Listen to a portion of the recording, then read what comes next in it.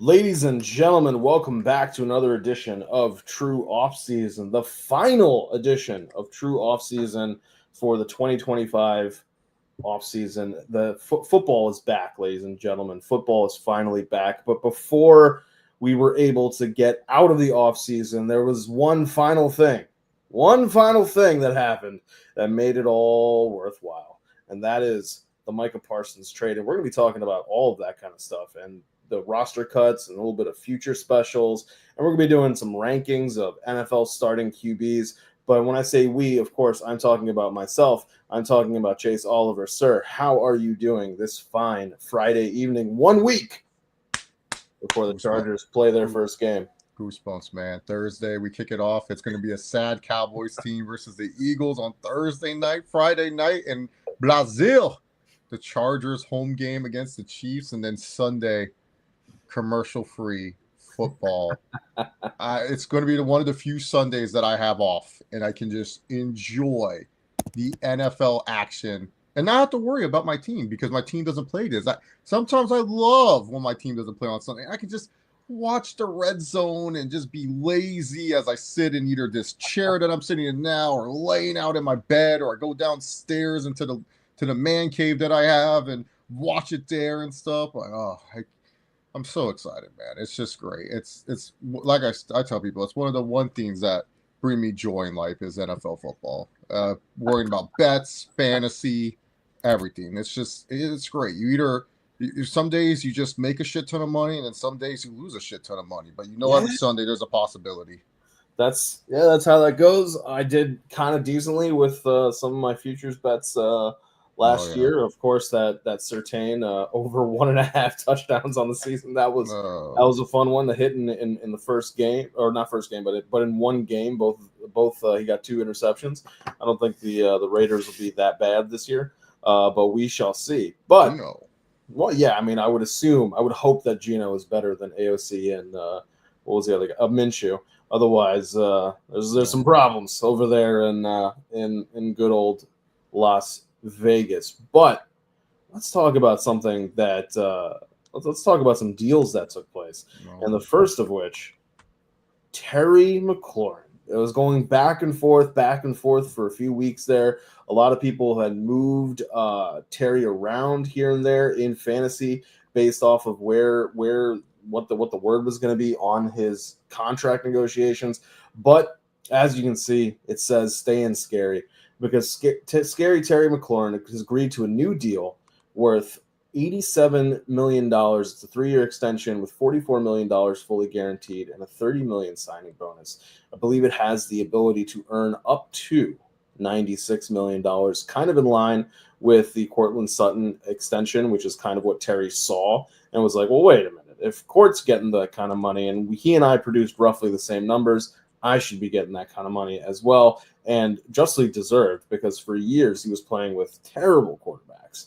And now he finally has Jaden Daniels to throw to him. So how do you feel about the scary Terry news and the fact that he will be staying in Washington, which we kind of all anticipated? Granted, Washington did trade away Brian Robinson Jr., but we did all anticipate that Terry would ultimately remain a Commander. Very happy for Terry McLaurin that he's getting paid. He's been loyal to this franchise for such a long time. As many would say, one of the more underrated receivers in the league, and he always produced stats with all these bums throwing to him. And he finally got a quarterback, and we saw the potential of scary Terry. We saw what Terry McLaurin could actually be as a wide receiver 1 in the NFL. And I get it. He's getting a little bit older, and the team didn't want to extend him for too much longer, but they didn't really have a choice. They didn't have many options behind him, especially when Deebo Samuel would be technically your de facto wide receiver 1. Hey, look, you can't lose your wide receiver, your running back, your former running back 1 and your current wide receiver 1 all in the same offseason. That's just not good, especially with the sophomore quarterback entering year 2. You want to build good momentum. I'm happy that they kept scary Terry. There's a world where he probably got traded to New England for a crumb of cookies, and he's catching balls with Drake May. But I'm glad that he's there with Washington. I'm glad that he's playing with the Commanders, and I'm sure Commanders fans are very happy that Terry McLaurin is still on their team. It's something that they should have done. It's just because that's something with organizations that, players think about that when signing with the team or wanting to stay with the team. Like, how do you treat your players like your own and stuff? And seeing that, like, if an older veteran receiver looks at the Commanders, they'll say, "Hey, I saw they treated Terry. Why not? Why not go to the Commanders?" Or, especially if you're a young player getting drafted, it makes you feel a lot better being drafted in that situation. It's like a Buffalo in a sense, where Buffalo likes to try to keep who they draft there for at least a second contract and maybe a third contract, depending on who you are. But yeah, I mean, I talk about it all the time when we talk about teams that are kind of doing rebuilds or making determinations of when they're going to start people and so on and so forth. The idea of not losing the locker room and things like this are, in the same week or week and a half span where you're telling the team, "Hey, we're trading Brian Robinson." You're also telling them we're extending Terry McLaurin. So that kind of probably more heavily like softens the blow where they're like, "Oh, well, I mean, yeah, we're losing Brian, but we're keeping Terry. Terry's probably more valuable overall to the team than Brian Robinson Jr. I mean, between the tackles, running back, and Terry McLaurin's one of the best wide receivers in the league. So we will stick though. We will have another wide receiver coming up soon to talk about that could potentially be the guy that New England tries to go get. But let's stay in the NFC East for at least a little bit before we head over to the NFC North, because finally the Micah Parsons back and forth has ended, where Micah Parsons was traded in it's sort of shocking, but it's also not at the same time, because you anticipated that Micah was going to stay with the Cowboys, but the idea that he would get traded and get it didn't, like, you figured that the deal would somehow happen, right? mm-hmm. But the fact that it didn't happen, that he got traded and who he got traded to, and almost more importantly, what they got back is insane. Yeah. Because this was a back and forth for weeks, and it was in the news, it was headlines, it was another case of the Cowboys just not getting the job done. And finally, Jerry Jones, after going on and on about how like he's trying to make the deal and he's making the best deal he can, and it's really up to Micah and so on and so on, ends up trading Micah Parsons, a former first round pick in 2021 from Penn State, trading him after 4 years to the Green Bay Packers. And what the Packers sent back is 2 first-round draft picks and defensive tackle Kenny Clark. Now, interestingly, somebody tried to put this same trade into Madden, and Madden said no. And it wasn't even that Madden was like, "Hey, like the green bar is almost there," and then you're like, what if I just throw in like a 6th-round pick and it'll get the job done? No. It was like solidly like in the yellow, like just over halfway there. And that's not disrespect. I'm trying to be disrespectful to Kenny Clark in any way, shape, or form. But it just goes to show what kind of player Micah Parsons is. And the Green Bay Packers fully recognize that, because they agreed immediately to a 4-year, $188 million contract. I think it's $120 million guaranteed. It is a huge contract, the highest paid non-quarterback in history. Granted, that gets bandied about like ridiculously, and then next year we're going to have another person that's the highest non-paid quarterback in NFL history. However, it does go to show that the Packers are committed to having Micah Parsons on the team, and that the Packers are a little bit more invested, or kind of, I don't want to say all in, because there's still the way that team, the whole rest of the team is structured, but they are much more geared towards being competitive this year than it is an idea of, let's see what Jordan Love can continue to do and pray to God that these wide receivers stay alive. So what do you think about this trade from the Packers perspective, from the Cowboys perspective, and what do we think Jerry's going to do with those 2 first-rounders that already were going to be late first-rounders, and now when you add in Micah Parsons, could potentially be even later? Yeah, and then especially if he's talking about, he said, "Oh, this was a chance to get us back in the playoffs, and your picks are going to also be late first rounders." So you better hope that you're hitting well with all these late first round picks. From the Packers' perspective, it was a really good move to get a guy like Micah Parsons. I mean, they just had to give up Kenny Clark, and Kenny Clark didn't look good last year for the Packers. He's still a great player, but in terms of what you've seen from Kenny Clark in the past to what he was last year. He wasn't doing that well last year. He was the oldest player on that Packers roster, which is funny enough, like on the defensive side of the ball at 29 years of age. And you just gave up 2 first-round picks that you're thinking are going to be late first-round picks. A lot of people are high on the Packers, and the Packers, they must feel really high on this. I like the move a lot. You know, getting a guy like Micah Parsons, it kind of makes you competitive in that NFC North where there's 2 other teams, possibly a third with Chicago. But there's 2 other teams in the Lions and the Vikings that are just as good, if not better than your team overall. So you need to have a momentum shift. You need to have something that could swing the momentum your way. Because if you're looking at it from a QB talent perspective, you're saying to yourself, is Jordan Love the best QB in the NFC North? If you're the Packers, I'm not saying just in general, but if you're the Packers, you're looking at it, you're like, I think we have the best QB in the NFC North. Like Goff is probably second. We don't know what JJ McCarthy yet. We know what we're getting out of Caleb Williams. It might just be another mediocre season from him. We have like the best QB. So we can win with this guy. What would make it even better? Well, why don't we get the best player at his position right now in the second most important position in football, which is the edge rusher? There's 3 important positions in football: QB, edge rusher, left tackle. Those are the top 3 positions in football, in my personal opinion. Unless you have a left-handed quarterback, then maybe right tackle. But for the most part, those 3 are the most key positions that if you want to have a winning roster, you have elite talent at those positions because they will provide the elite results. So you get a guy like Micah Parsons who's not even in his prime. He's already kicking ass. And you don't give up that much for him. It's pretty damn good, if you ask me. From the Dallas perspective, I'm just curious, did they even reach out to other teams? Did they? Yeah, I'm wondering about that too, right? Like, it feels like this was something where it's like, because Micah Parsons, he has one of the best agents in the NFL. This guy is the reason why Deshaun Watson has a fully guaranteed contract. So this agent's pretty damn good at his job. He probably made sure no other teams could get a whiff of this. So I'm pretty sure that the Packers was the only option based on, I'm sure we'll get like an insider breakdown story of everything that happened and stuff, but I'm pretty sure he wanted this to go by fast and force the Cowboys' hands to trading Micah Parsons right away, especially with the timeline that the season's like 1 week away, that there was no chance any other teams. Because I'm like, if the Patriots would have called and they would have said, hey, we want Micah Parsons, they have a lot more to offer and have a shit ton of cap space. They could have easily given Micah Parsons not only the contract, but also given Dallas way more compensation in terms of picks. And then those picks, who cares if the Patriots get Micah Parsons?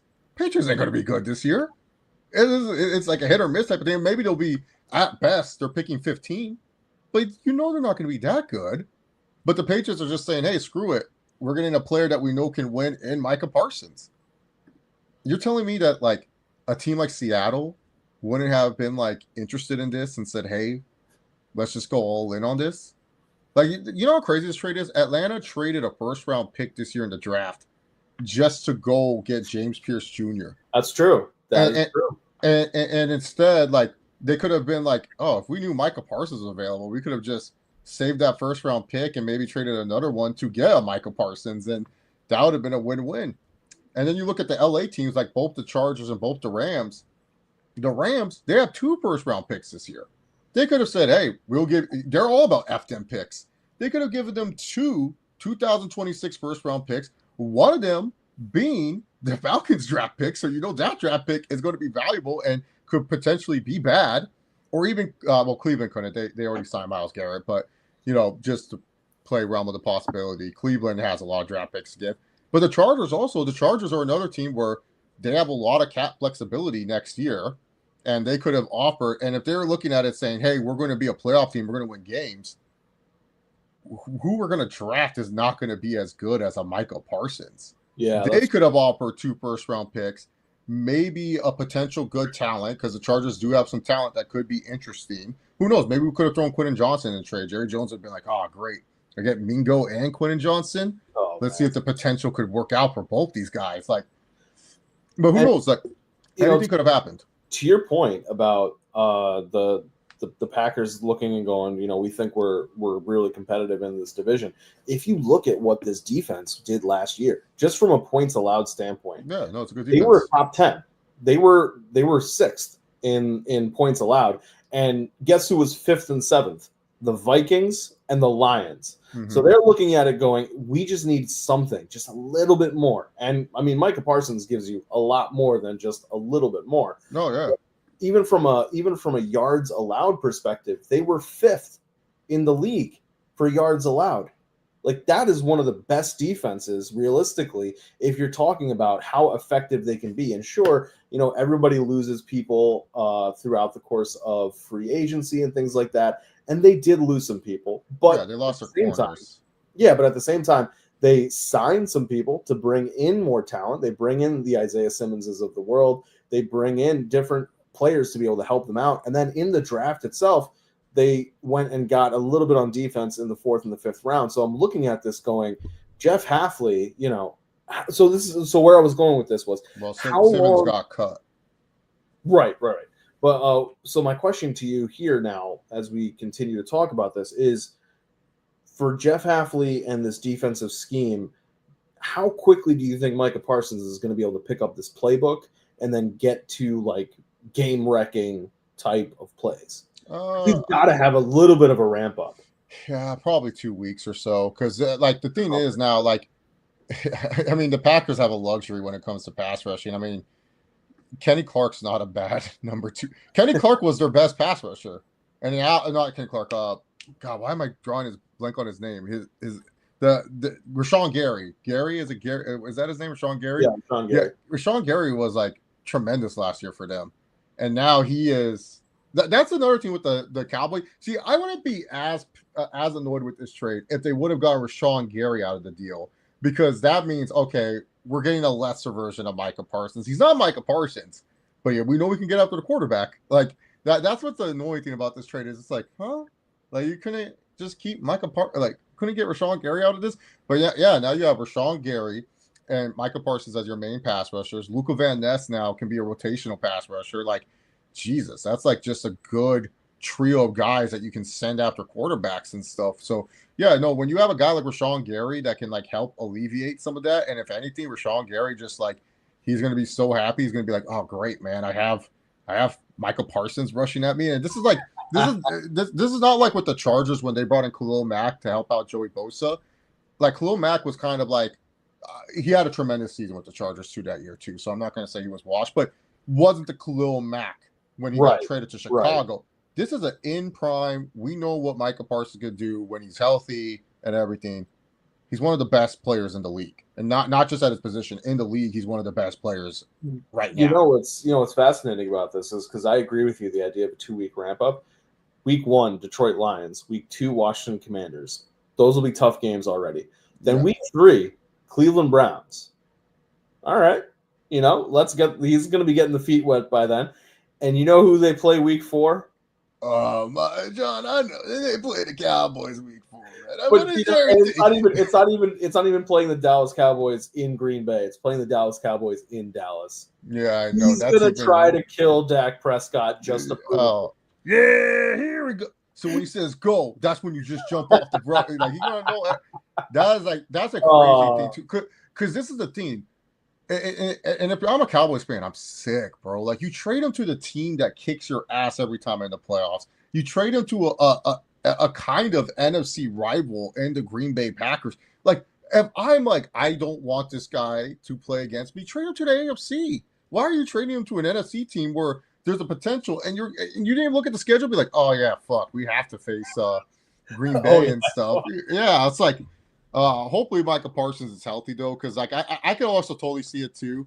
We get the commercial, and then like we see Micah Parsons in a Green Bay hoodie, and then Tariq's like, and there was Micah Parsons not suited up today because he's injured. He's having an injury. But man, what a season he's having so far, Mike, for the Packers. I mean, already 5.5 sacks or something like that. Now I do want to turn a little bit to the Packers though, because while we are praising this from a effectiveness standpoint for the defense, which absolutely it is, this does make me question, or does raise some questions to me about the offense.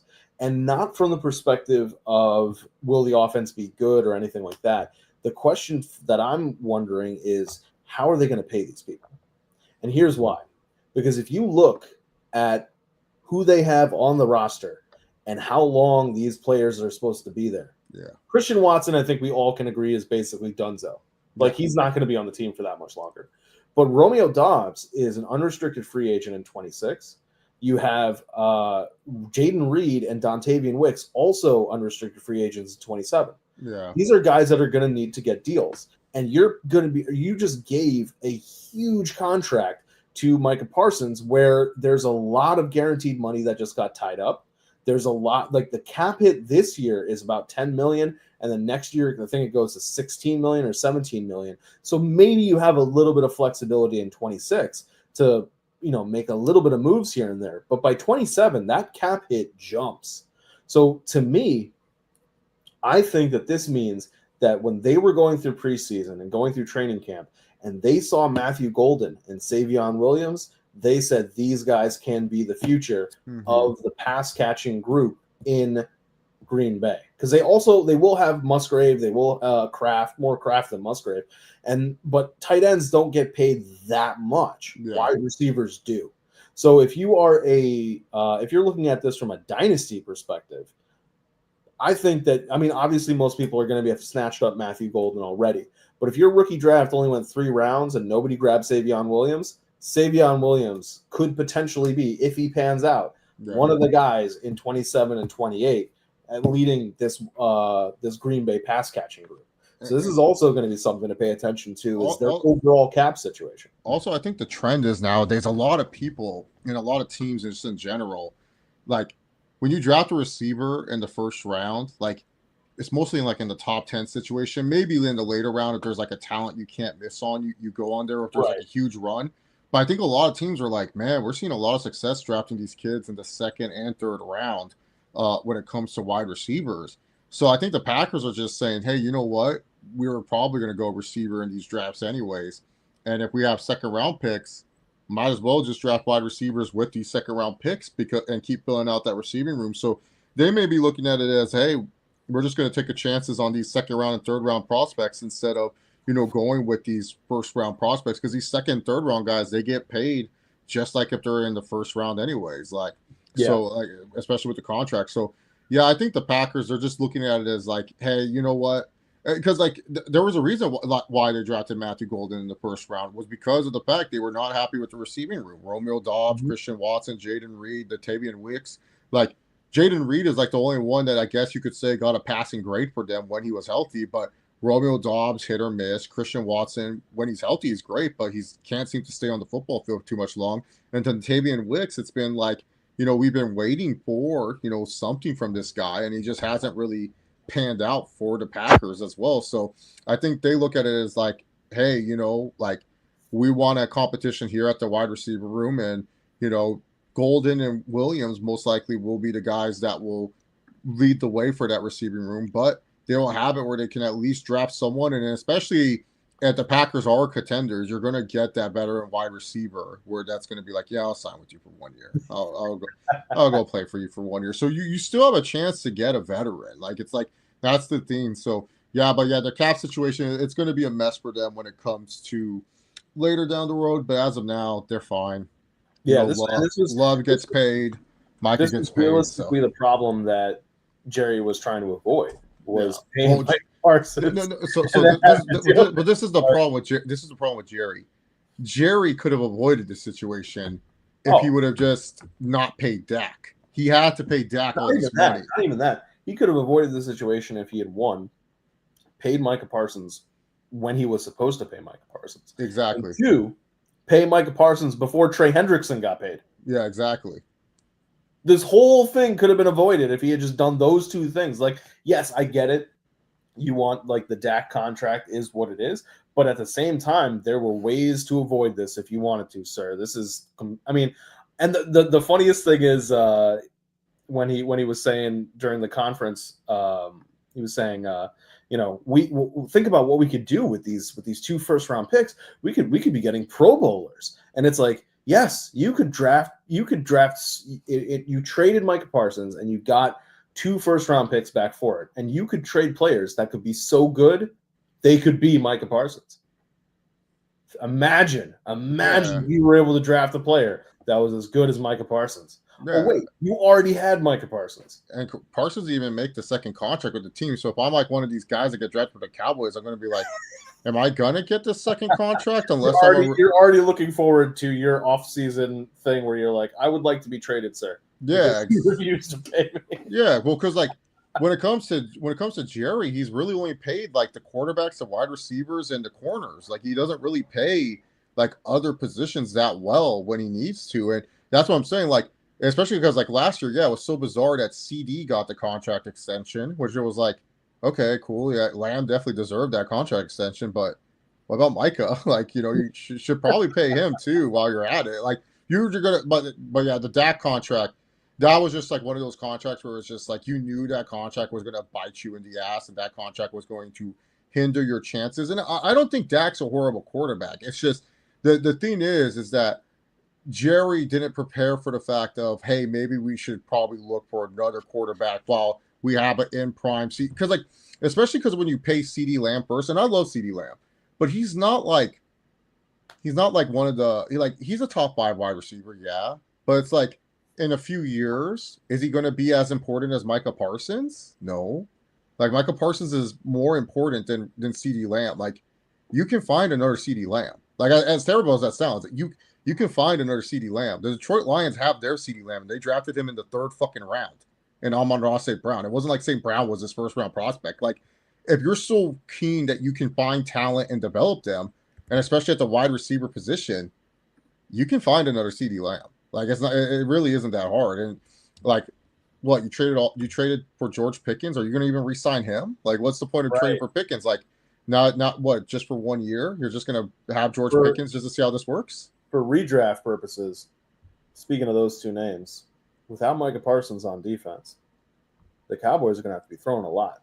So, CeeDee Lamb and George Pickens moving a little bit higher. Well, Pickens more than CeeDee Lamb. CeeDee Lamb has a ceiling when it comes to where he can get drafted because you're still going to take Chase and JJ over him. But one final thing before we move off of this trade. Does this, by any chance, change your decision about who's going to win the division? No. Why would it change? You're sticking with the Cowboys? Yeah. I believe. I believe. All right. I got to ask. I can't wait till Thursday Night Football when the Cowboys beat the Super Bowl champ Eagles, and everyone's going to be like, oh, see, Jerry's a G. I'm telling you, guys, I'm not concerned. Like, I'm sitting here and I'm saying to myself, man, the NFC East has not had a repeat winner in how long? Like it's just not possible, and it's time for the Cowboys. Like this is going to be a year. Dak's going to be good and stuff, and everyone's going to be like, "Oh, but see, Cowboys are boys. How about them boys?" And it's just like, yeah, because they're facing a shitty schedule and stuff like that. That defense is putrid, but I think they're going to be Bengals light. They're going to out offense everyone. They're going to just Jaden Blue. That's a guy you should probably be looking at in redraft leagues and your later round picks. I think he's gonna pop off and be fun. I'm still riding with the Cowboys. I'm not giving up on the Cowboys just yet. I would be wrong as a pseudo investigative journalist if I did not ask you this question. So I had to. But I'm just telling you, I'm not going to waver. I'm not going to. Cowboy fans will give up, but me as a non-Cowboys fan, I'm not giving up on this. I just think it's funny that they did it, but you know what? Sometimes maybe it's like what Bill Simmons says, the Ewan theory. Maybe Micah Parsons was holding the team back. Who knows? Maybe this guy is not that great. Maybe Jerry knows what he's doing or something. Who knows? We gotta wait and see. But I do think the Cowboys upsetting the Eagles is like a nice sneaky pick for week 1 because I could totally see an Eagles Super Bowl hangover. Sirianni. It takes a while for him. AJ Brown and Jalen Hurts, do they like each other? Do they not and stuff? Dak's back here. Yeah, here we go and stuff. CD and George Pickens is going to be like George Pickens is going to look at Cooper DeJean and be like, I fucking hate you, and then just run around past him. That's for sure happening. That's for sure. Yeah, no, but yeah, I'm still confident in my Cowboys. I think they're going to shock the world. Everyone's going to be like, oh, how did they just so good? because you guys don't look at their schedule and they're playing a bunch of bums besides the NFC East, and you guys are going to be like, oh, this is why the Cowboys are good. And I like the offensive line. I like this Tyler offensive line that they have, where they can just push and beat people up. Yeah, it's a good team. I like them still. But speaking of which, you said earlier, you said, you can still sign a veteran receiver if you are Green Bay. And we saw something. This is actually a twofer. We saw exactly that happen. Amari Cooper signs a 1-year contract, $4 million with the Las Vegas Raiders. And congratulations to Amari Cooper. He was sitting on the sidelines for a very long time. But, he did definitely take a step back. He did regress a bit towards the end of the season after he was traded from Cleveland to the Buffalo Bills. There were a lot of plays where it just seemed like he was just gassed. So hopefully, I think he's 31 years old. Hopefully, sir, you were able to get a little bit back to form. You are not the wide receiver you were, but maybe you can get back a little bit to that. But at the same time, in Vegas, we have Jacoby Myers requesting a trade from the team. This one was a little bit interesting to me. They are a team that's in flux with Pete Carroll coming in, but at the same time, Jacoby Myers was sort of the benchmark for why this rebuild was going to be a thing, because he was going to be able to help Geno Smith, like not rebuild, but like the reload style of rebuild, where it's like we just need a couple things, and Pete Carroll, the new head coach, and Geno Smith and Ashton Jeanty, it's all going to work out. But Jacoby Myers, quietly, sneakily, one of the better wide receivers in the league, kind of a Mr. Consistency kind of thing. And for sure, he operated better when he has a more dominant wide receiver one, because he would play great with Devontae Adams, but he was playing great by himself in the wide receiver room, and that was partially due to someone like Brock Bowers being there.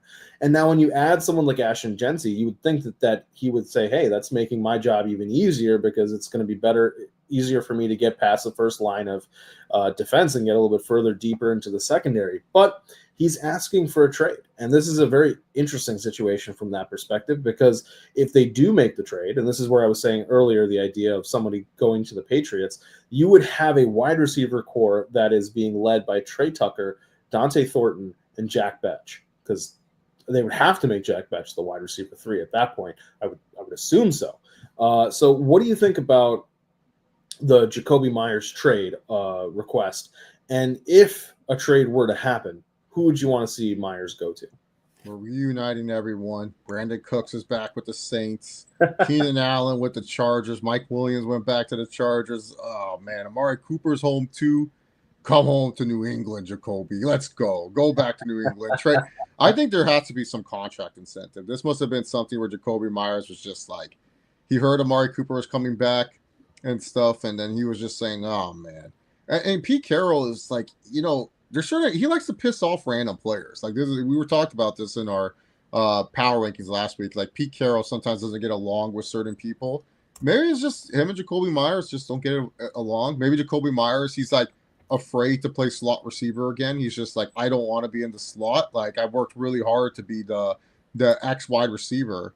And Amari Cooper's coming back, and Amari Cooper's like, nah, dog, I'm the X wide receiver. If I'm here, I'm the X. And then it's like, he don't want to play no Y or Z or in the slot. He wants to be the X wide receiver. So it could be a thing like that where he just wants to play a certain position, and he knows that another team might view him as that X wide receiver. Because if he goes back to New England, Stephon Diggs doesn't care where he plays. Like he's cool with where he's cool. Yeah, he likes to be lined up. He just wants the ball. Like that's the difference. Like Jacoby Myers, he probably just feels a little slighted. Who knows? But I don't know how this helps the Raiders. Like, cool. Brought back Amari Cooper. Play Coming Home. Yeah. Can't say the artist's name, but Come Home. Yeah, I don't know. It is a weird situation, because like if I'm the Raiders, I would much rather have Jacoby Myers than Amari Cooper. Yeah. Like, I can't think of really a reason why I would rather have Cooper than Myers. He's younger, he's faster, he's been with the team longer. Granted, it's a new offensive scheme, all that kind of stuff. So like the level of experience with the scheme might be a little bit different. Certain things are slightly different with play calls and all that kind of stuff. But he has shown a loyalty to the team. And now we don't know for certain whether or not the idea of bringing in Cooper is what caused him to ask for the trade. But maybe it is something as simple as Jacoby Myers going, I'm really towards the tail end of my career. I'd like to try to compete for a ring. I've been loyal to a team this whole time, and they haven't really gotten the job done. It's now kind of time for me to look out for me. I've made money, but I would like the ring. And so that could easily be a factor in all of this. I mean, does anybody really think that he would be getting a ring with Vegas anytime soon? No. But then again, like if he goes to New England, would he be getting a ring anytime soon? No. So this will be something to pay attention to and see how all of this happens. But we do have some other interesting news. The NFL has released a series of new uniforms for different players who are going to be playing on rivalry weeks, and the uniforms have caused some interesting conversation with their design. So I'm gonna go from like least funny to most funny. Okay. Let's start with the old. Start with the Rams, shall we? No. How do we feel about this Rams one? I'm just gonna say it. If you do the rivalry week, no matter the team, even if it's my Chargers, if you go black, you're lazy as fuck. Like that's the most lazy color to do and stuff. It's a cool concept. Hollywood Knights, black with the blue. It's a nice looking jersey. I just find black to be extremely, extremely lazy. Like you could have a black alternate jersey. Why don't you have one already? Like that's on you guys. So the Rams, I like the number design, but the black, it's just too lazy for me. Like black is just like every team when they want to be cool, it's like, all right, let's get a black fucking jersey and stuff. It's gonna sell well. I'm gonna see a lot of these and stuff. Like I think I'll break my jersey rule. Like if when we get the AFC West ones and stuff, like in the future, this will probably be the jersey that I'll buy. Is the rivalry jersey for the Chargers and stuff. I think it would be a cool jersey just to have. It's like how many times your team going to get these and stuff. So that is true. Yeah, like it is a fun thing to do. And this, the other thing that I think is kind of cool about this is like different teams are going to be playing. They're not going to be wearing them at the same time, but the same teams are going to have these jerseys. So so this one will be for November 16th versus the Seattle Seahawks. Yeah. So from there, let's pull up the Seattle Seahawks one, because this one is going to be on, December 18th versus the Rams. So it's like the first time they play, the Rams get to wear it, and the second time they play, the Seattle gets to wear it. So December 18th, the Rams. What do you think about this basically Oregon Ducks ripoff? I was going to say, just copy the Oregon Duck. I'll say this. The Seattle one, it's nice. I love the number design. Like that, to me, it's like, hey, look, you have the numbers on the jerseys. Don't make them plain. Make them pop. And I like it. But, yeah, this screams Oregon Ducks. Like, this screams like we're playing for Oregon with this one and stuff. Like, some teams show like the full outfit, so sometimes I gotta see the full outfit and stuff. Like, what pants are they wearing with this? Are they wearing like the Seattle blue pants? Are they gonna wear all white, like with some green in there? I gotta see that too. But this one, I like this jersey. It is an Oregon Ducks ripoff, but I like it for what it is. Yeah, it is definitely a ripoff, but like to your point, it gets the job done. It does fit the theme. I like how the part of the description was the light wolf gray background evokes Seattle city skyline. Like, no, it doesn't. But okay. I mean, I appreciate you that you told yourself that. Like, hey. Meanwhile, staying in the NFC North, we have the San Francisco 49ers. This one actually is pretty cool looking. Will be January 4th versus Seattle. What do you think about this one? That's the other thing. They have nicknames. So the Rams one is nicknamed Midnight Mode. The Seahawks one is nicknamed High Decibel Zone, and this 49ers one is For the Faithful. For the Faithful. I mean, it's black, so it's lazy. I feel like I've seen this before with the Niners. I like the numbers though. The numbers are the best part. Remember when Nike first bought, like it was like announced Nike's going to be the NFL jersey team? People thought this is what we were going to get years ago. Like, oh, cool, we're going to get cool jerseys. every single year, just like in college and stuff. Now they're finally doing it, which is cool. But yeah, this is a nice jersey. Even though it's black, it's lazy. But I do like the numbers. I saw the 49ers full fit with it, with the black helmets and the red chrome and stuff. So I think the whole fit looks sick. I don't know if Brock Purdy can pull this off, though. This is like kind of like this is going to be a swag test for Brock Purdy. Like McCaffrey, well, he's playing. Oh my God, Kittle.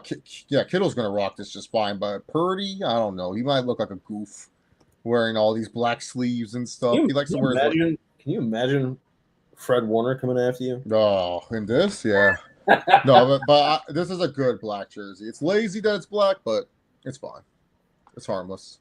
Meanwhile, we go from San Fran over to Miami to see the Dark Waters jersey that they're calling it, and Miami will be wearing this September 29th versus the New York Jets.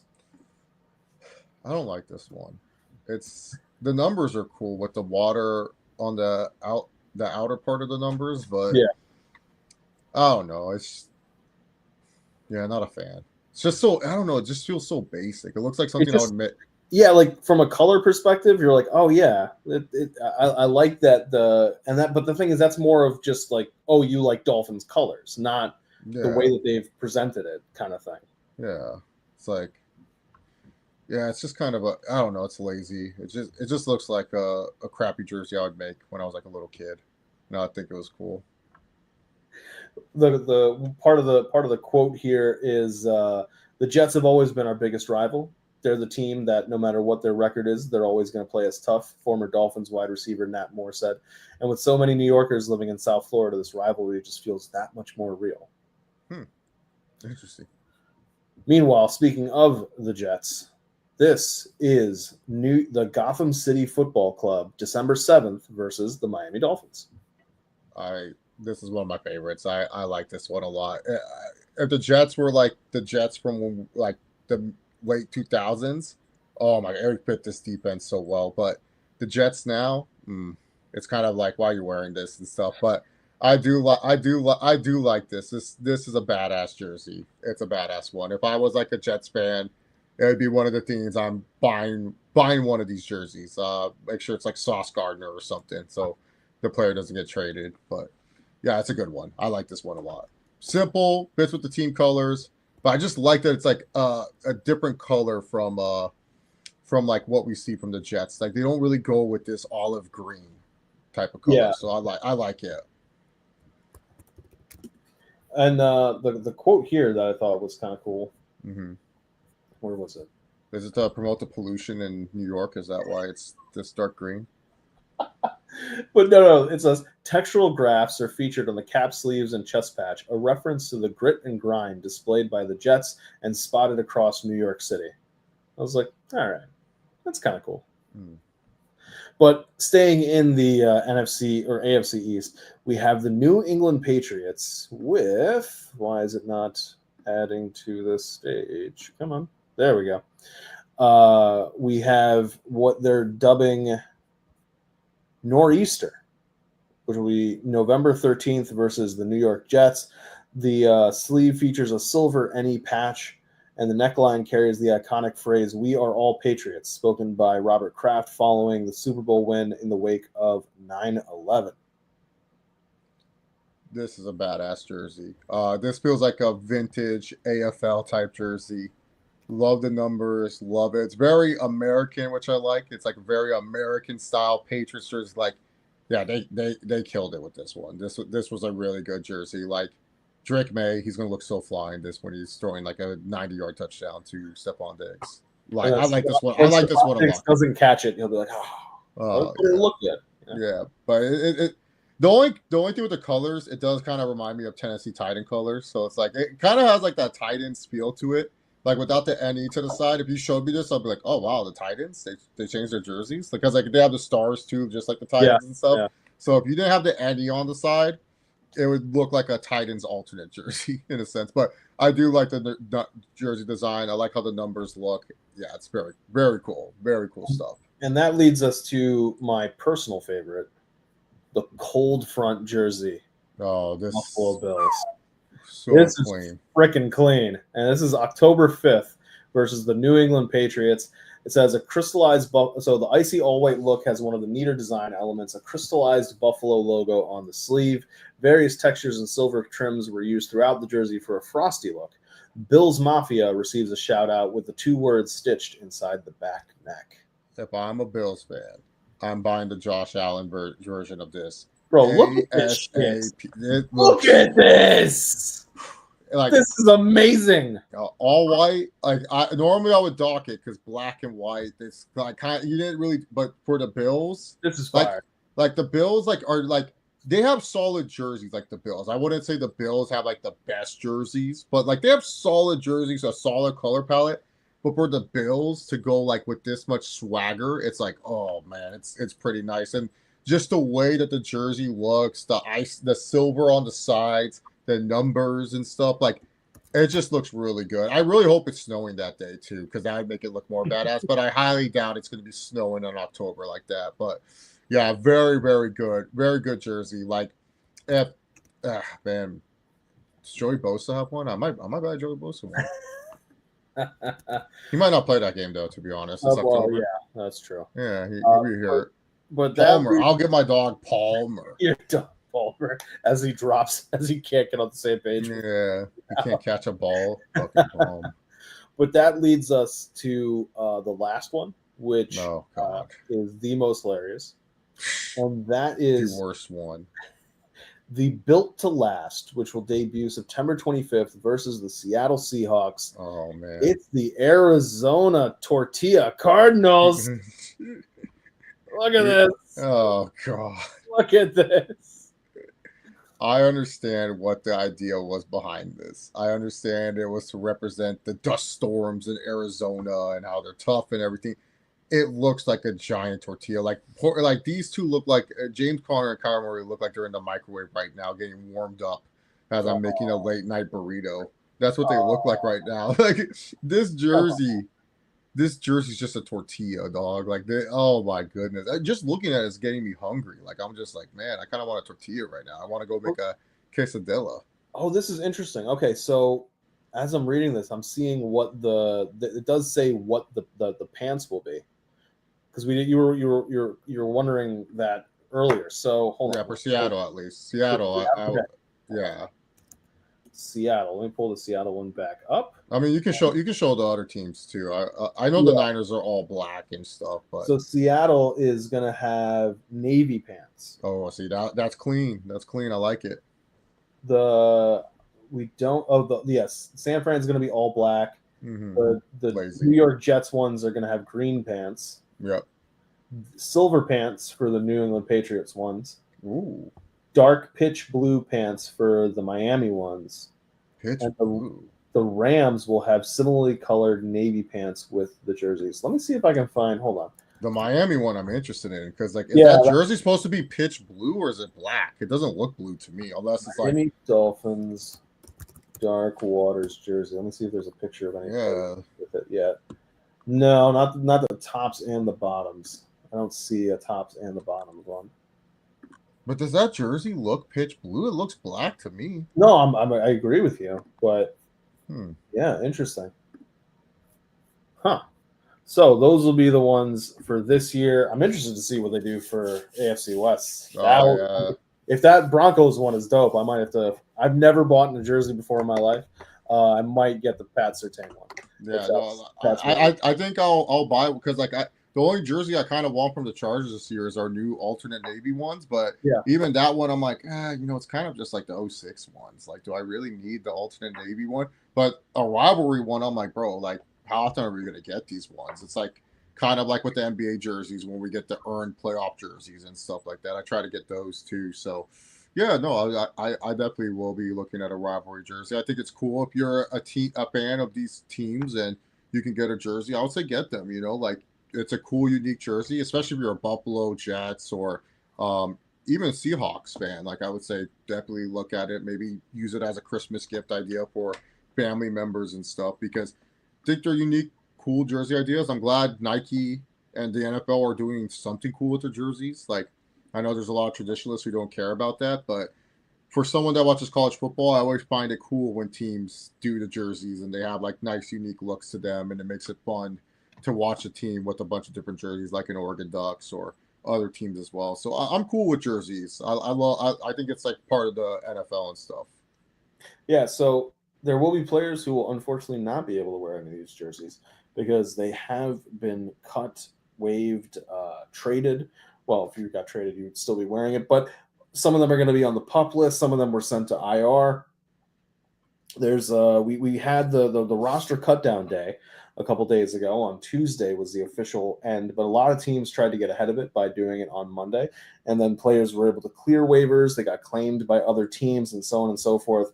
But there are some fairly interesting names for teams that either have sent people to injured reserve with the IR boomerang, the ability to come back, or just straight out released for And so I was wondering, is there any kind of big names that jumped out at you? I know that I had a list of like each team's biggest or like most interesting person that was cut, so we can go through that. And if, Yeah, let's go through that. There's not really too many. I want to go through it. So Arizona, the name that was listed was Simi Fehoko, wide receiver. Yeah. Atlanta Falcons. Yeah, Atlanta Falcons. This one was a big one. Morgan Fox. Yeah. They had former Charger. Yeah, they had signed a 2-year contract in the offseason. So they had just signed the guy and they cut him. And they talked highly about him too on like the preseason game that I watched. They were like, "Oh yeah, getting a guy like Morgan Fox," and I was like, "Damn, you cut him though? Like, what do you mean we're getting a guy like Morgan Fox?" The Baltimore Ravens, Jalen Armour Davis, cornerback. He was a 4th-round pick out of Alabama. Battled injuries throughout his young career, but he stayed mostly healthy. He had an interception in the preseason, but an undrafted rookie cornerback emerged to win the spot, so he got cut. Buffalo Bills, Dane Jackson, cornerback. Carolina Panthers. This one kind of was interesting to me. Hunter Renfrow, only because Carolina needs as many pass catchers as they can get their hands on to try to make Bryce Young good. And at least you could argue that there's a veteran ability to teach people. Chicago Bears, Tyler Scott, wide receiver. Cincinnati Bengals, Jackson Kirkland, offensive lineman. Cleveland Browns, Sam Kamara, defensive tackle. Dallas Cowboys, a wide receiver, Trayshawn Holden. The Denver Broncos, Audric Estime. I really hoped he was going to be able to make the team, but had some fumbling issues, had some speed issues. He didn't run that great of a 40 even coming into the league. So I wasn't that surprised, but at the same time, I was like, it would be nice. Ahmed Hassanin, edge rusher for the Detroit Lions. Kalen King, cornerback for Green Bay Packers. Trent Brown, offensive tackle for the Texans. They had signed him with free agency, hoping that he would recover from the torn patellar tendon, but they said, hey, let's cut the guy. And you would think for a team that has been trying to find offensive line help after trading away Laramie Tunsil and having some issues on that O-line, they would have tried to keep the guy, but it is what it is. Running back for the Indianapolis Colts, John Wolford, quarterback, Jacksonville Jaguars. I was like, that's not that big of a name. But Mike Edwards, safety, 7-year safety, had a lot of support in the Chiefs front office. But, they may potentially be able to get him to the practice squad. The Raiders, an offensive lineman. The Chargers, Branson Taylor, offensive lineman. That's who The Athletic put down as the biggest name for the Chargers to get. We just drafted him too, which is crazy that a guy that we drafted this year just couldn't make the bubble. He didn't have a good camp for the Chargers either. So, yeah, that's kind of like a big name and stuff. And they ended up we traded for like a random swing tackle, just like Elijah Molden and stuff. So, the Rams, interior linebacker. The Dolphins, Mike Hilton. This one was a bit of a surprise to some people. That secondary is not. I mean, maybe with the trade of getting Minka Fitzpatrick, they really believe in it. But that was interesting to me as well. Oh, the Patriots with Cole Strange. Mm-hmm. Like that's one of that is pretty interesting to me, especially when you try to protect a rookie quarterback or I guess second-year quarterback. And sure, you got Will Campbell, but like Cole Strange was not like a terrible lineman. Yeah, so he just was hit or miss for them. And especially like there's that clip when they drafted him. McVay's like, who did they draft? They drafted Cole Strange. didn't we have a 3rd-round grade on him? Like he's like McVay's like laughing at that or something like that because they drafted a guy like Cole Strange in the 1st round and stuff. But we've seen it before where certain offensive linemen get drafted higher and stuff. Like look at Travis Frederick. People were making fun of the Cowboys for drafting him, and he became, before he got hurt, all-pro center. So yeah, I don't know. It felt like you could have just kept him or for like one more year. At worst, he's a backup, but. Now this is they have this down as surprising. I would disagree with this. The idea of Kyle Trask for the Tampa Bay Buccaneers. If you're getting beaten out in training camp by Teddy Bridgewater, I don't know. Like that's not a good sign for you, sir. Yeah, I don't know where it's going to go from here, but I think a lot of people still love Kyle Trask. They just remember the college days and they think like, oh, like he still has all this potential and stuff. And yeah, it just hasn't panned well in the NFL. Now, we will say that there have been some people that were added to the practice squads for different teams. One of which is for the Chiefs. Clyde Edwards-Helaire is back with the Kansas City Chiefs. The Panthers, Hendon Hooker got cut from the Detroit Lions. They added him to the practice squad.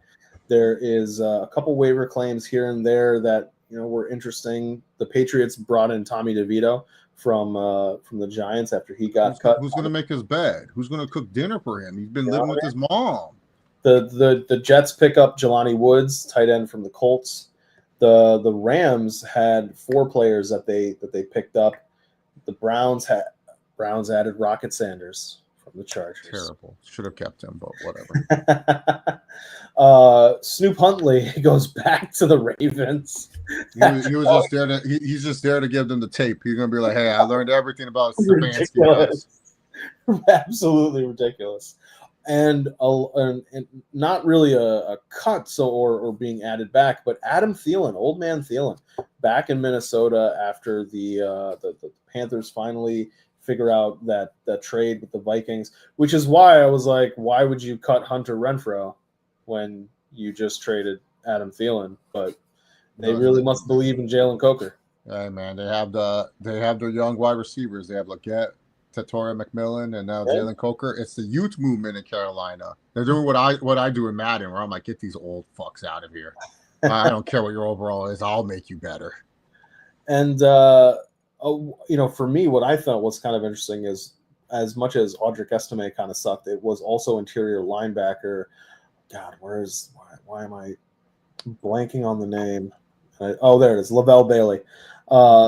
Which is, for the team that has Alex Singleton and Dre Greenlaw and has really great starting interior linebackers, they don't have a lot of depth at interior linebacker. And there's been a position for Denver where somebody goes down and it really affects the team. So why they ended up cutting Lavelle Bailey, not 100% sure, but that was another one that I was like, damn, that kind of sucks.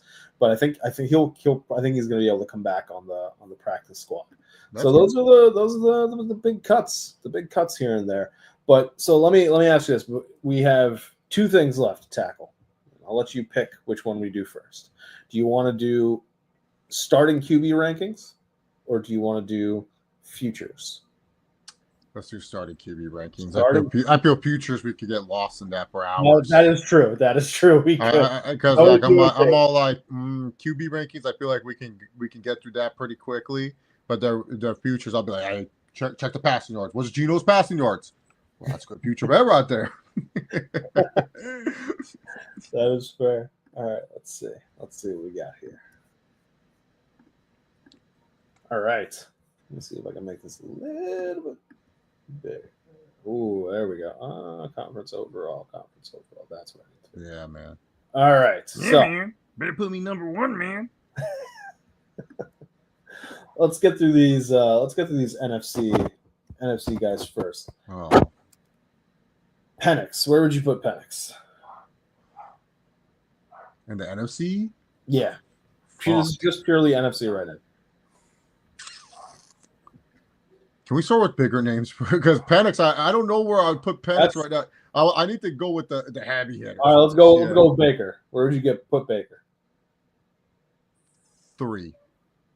All right, you're going to put Baker at 3. Yeah. You're going to put Baker at 4. Okay. Let's drop down to Stafford. 4. You pick Stafford at 4. I would put him probably at 6. Purdy. 2. 2. I would also go 2. Let's go with Goff. 5. 5. I'll also go 5. Jordan Love. Because number 1 for me is Jalen Hurts. Because he was injured last year, so I'll go with Jordan Love 6. I got to see how he plays after injury. Yeah. I'll go with 7. Dak.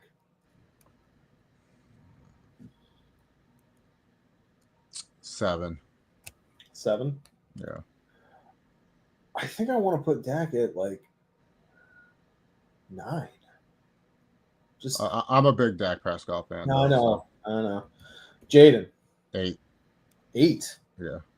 8 for Jaden Daniels. All right, so I'm agreeing with you on Hurts at 1.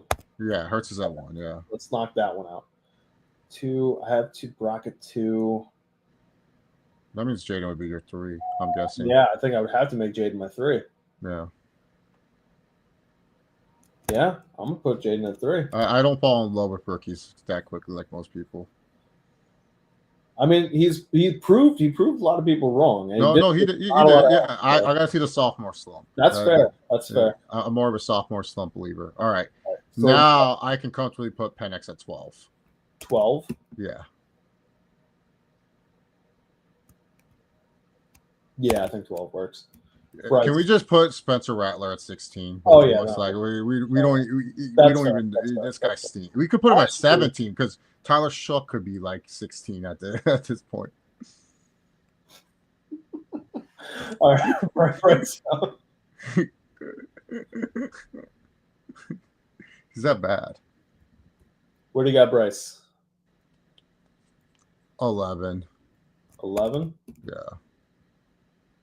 I think I'm going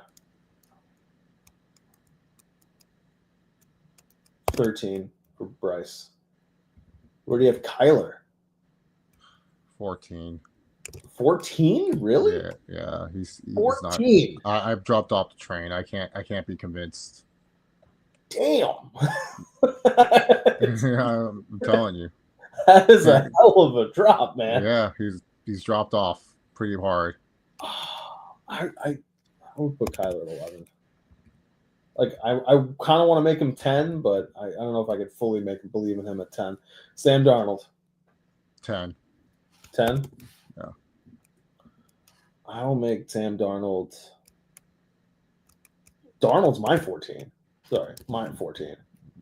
Caleb. This is an interesting one.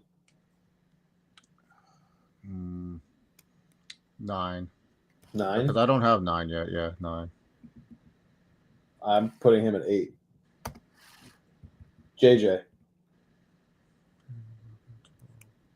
He would be 13. 13? Yeah. And I know who I'm putting Russ at 15. Yeah, Russ is my 15 too. So what's my last number? 1, 2, 3, 4, 5, 6, 7, 8, 9, 10?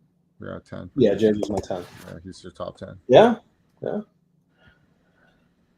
I think for me, talking about rookies and unproven and all that kind of stuff, because he basically is unproven. It's just like with Kyler, we know what that ceiling is. Yeah. But I can't, I want to make him 10, but I know what that ceiling is. Yeah, I seen enough last year where I was just like, yeah, he's not one of the top end quarterbacks in the NFL. I have to put him down. Jaden Daniels could easily be top 5 on anyone else's list, but for me, I'm especially for sophomore quarterbacks, I'm very much I got to see what you do that sophomore year, because I've seen the drop off, and then people especially last year with Stroud, I was ranking Stroud so highly, and then he didn't play a top 10 quarterback like I thought he was. So I'm just more for Jaden and for Caleb, it's more wary about them. Are they that player and stuff? Well, with my top 3 and Hurts, Purdy, and Mayfield, I know what they are. They're good quarterbacks. I want them on my team. If I were to just change one thing, I think I'd put Goff at 4 and Stafford at 5. I think that's the only thing I would want to change from my list. I'd put Goff at 4 and then Stafford at 5. Yeah, because Stafford with the injuries, Goff, he has those turnover games, but I think he's a little bit he's better than Stafford at this point. So that's the only thing. That's the only thing I would change. Jordan Love, I like him. It's just more. I gotta see how he is. He still injured, or how much does he elevate the receivers that he has around him? Like that's the one thing. Like it's different when you're leading games and you can rely on good old Josh Jacobs to carry that rock. But yeah.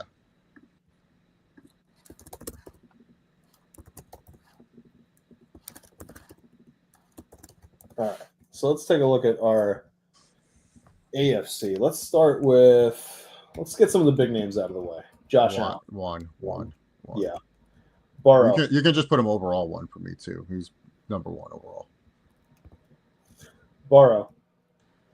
I'm going 2 on Burrow. 3. Pat. 2. That's my 3. Lamar. 4. Yeah. Well, that was easy. And for overall, you can just put Pat 2, you can put Burrow 3, and you can put Lamar 4 for me. That's my overall list too. Those are the top 4 quarterbacks in the NFL, and anywhere. Yeah, look crazy. We don't have to have those. Well, that was easy. Yeah, that's easy. I mean, the overall list, I know who I'm putting and stuff. So, all right. So let's see. Who do we want to try next? How about Herbert? Your boy. In the AFC, he's 5. In the AFC, yeah. Look at who else is left. He's 5. All right. I got 7. Wow. What, you got Bo Nix over him? Maybe. Oh, that's ridiculous. How about Stroud? 7. Yeah. I'll put Stroud at 6. How about Tua? Interesting name. 8. Tua. I think I would also go 8 on him. Bo. 6. He's my 5. Gino.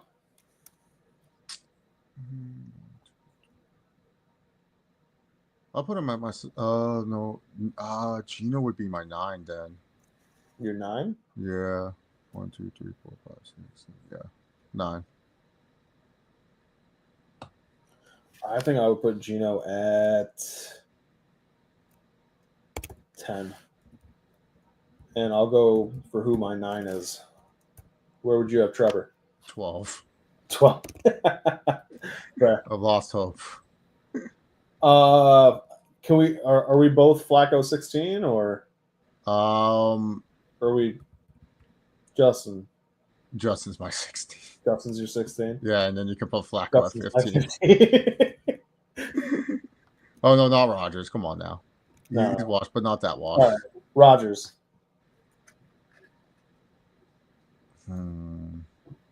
I'll put him at my 11. 11? Yeah. I think I would go, 11. Drake May. 10.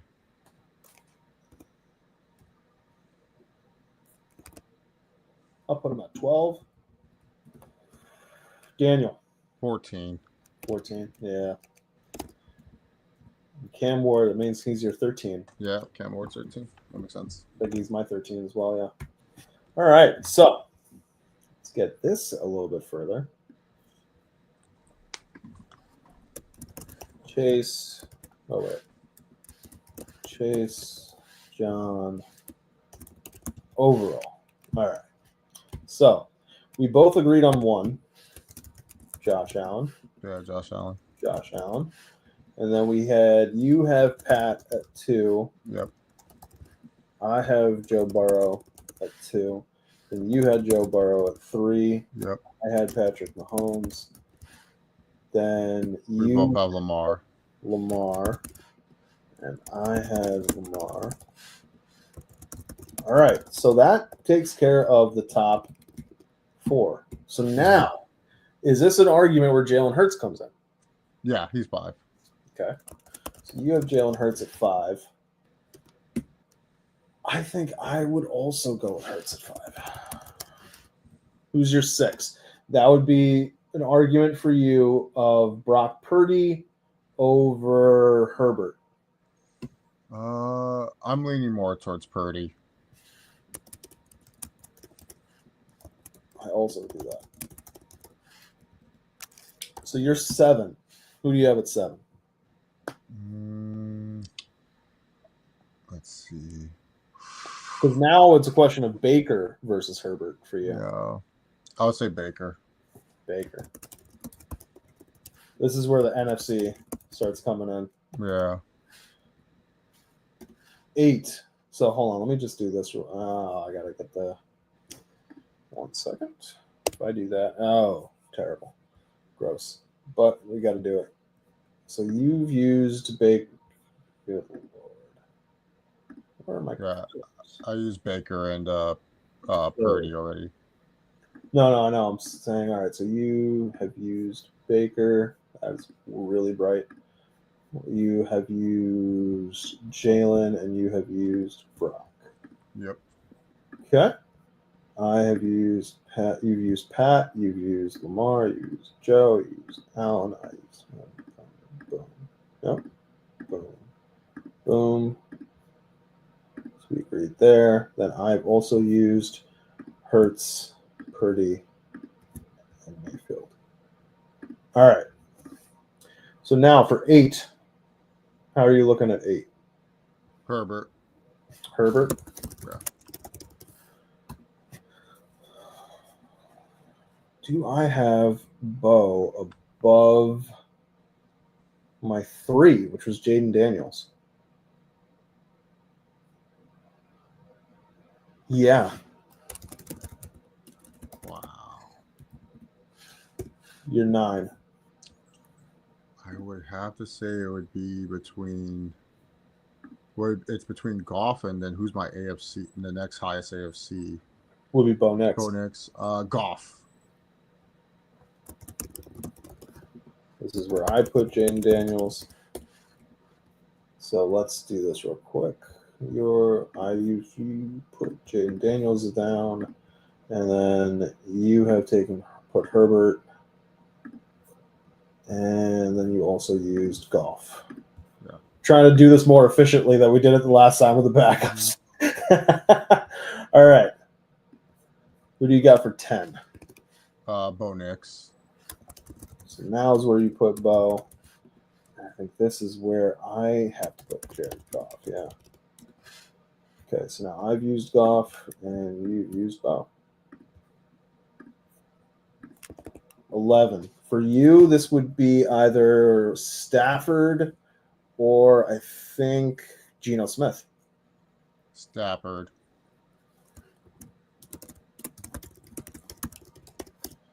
I would also put Stafford. You're 12. This is either, let's see. This is either, so you're 6, which is Jordan Love or Geno Smith. Jordan Love. And who has been 1, 2, 3, 4, 5? Who's my 6? CJ Stroud or Jordan Love? Jordan Love. Who's your 13? So for you, this is either Dak or Tua, actually. Oh, man. My dog, Dak. Come on. You know I love Dak. I'm a great Dak Prescott defender. Yeah. And for me, this is either 7, right? So 8, either Caleb or who's my 6? CJ Stroud. So I use CJ, you use Dak. Your 14 is either Jaden Daniels or Tua. Jaden.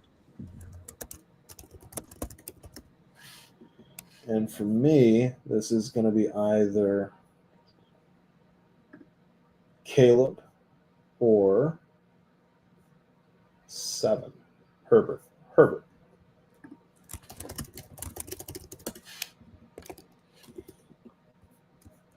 All right, for you, this is either Caleb or Tua. Sorry, or Stroud. Or Stroud ahead of Tua? Yeah. Okay, Stroud. And for me, so you just use Stroud. And for me, this is either 1, 2, 6, 8. So who's my 8? It's either Tua or it is Caleb. I'll take Caleb.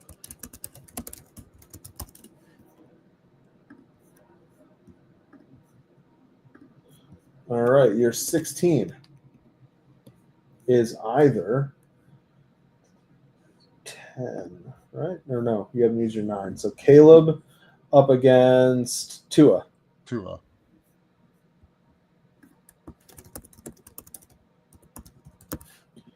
And for me, do that. Me, this is either 1, 2, 3, 4, 5, 8. So Tua versus my 9, Dak. The right choice. Yeah, there we go. Can't be disrespecting Dak Prescott. What are we doing? Your 17 is either we have hit Caleb or Gino. Caleb finally gets on the board with you. I mean, I gotta see more, but he's good.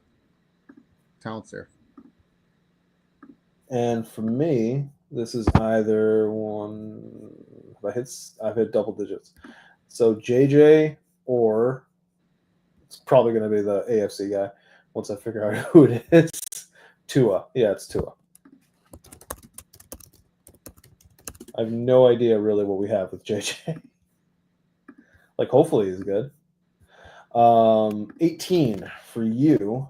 On the NFC side, you have to compare Sam Darnold with Geno Smith. There's a reason why they traded Geno and signed Sam. Put Sam up there, baby. He a top 20 quarterback. My dog, Darnold. Kids see ghosts sometimes. Yeah.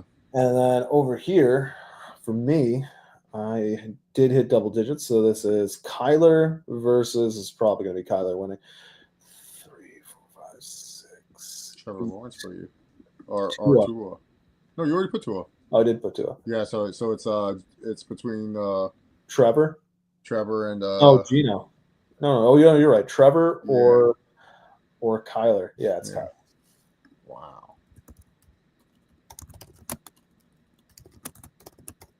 Hey, listen, I was promised that that Trevor Lawrence was going to be absolutely generational, sir.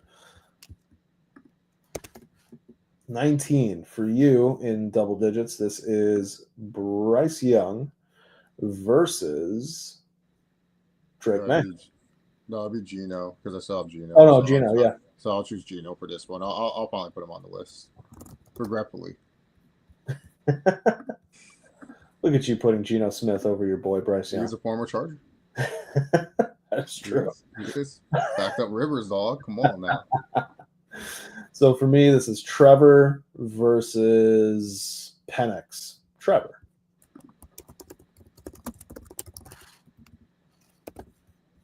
So for you, this is 11. Bryce versus Drake May. Bryce Young. Bryce. And for me, this is either Penix or Gino.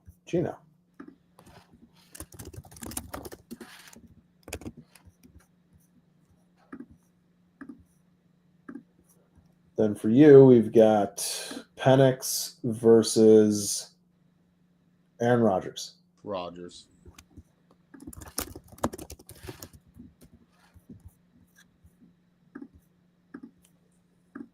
And for me, it is either Penix versus Rodgers. So I will also take Rodgers. Yeah, right. My F all from number 1 to 21. Penix versus Trevor. No, sorry, versus Drake May. Drake oh, wait, May. no, you used Drake May. No, you didn't. No, versus Drake May. Drake May.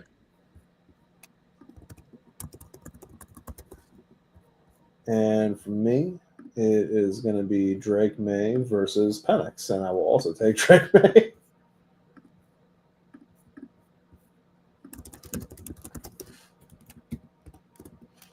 For you, it's Penix versus Trevor Lawrence. Lawrence. And for me, it is Penix versus Cam Ward. I'll take Penix here.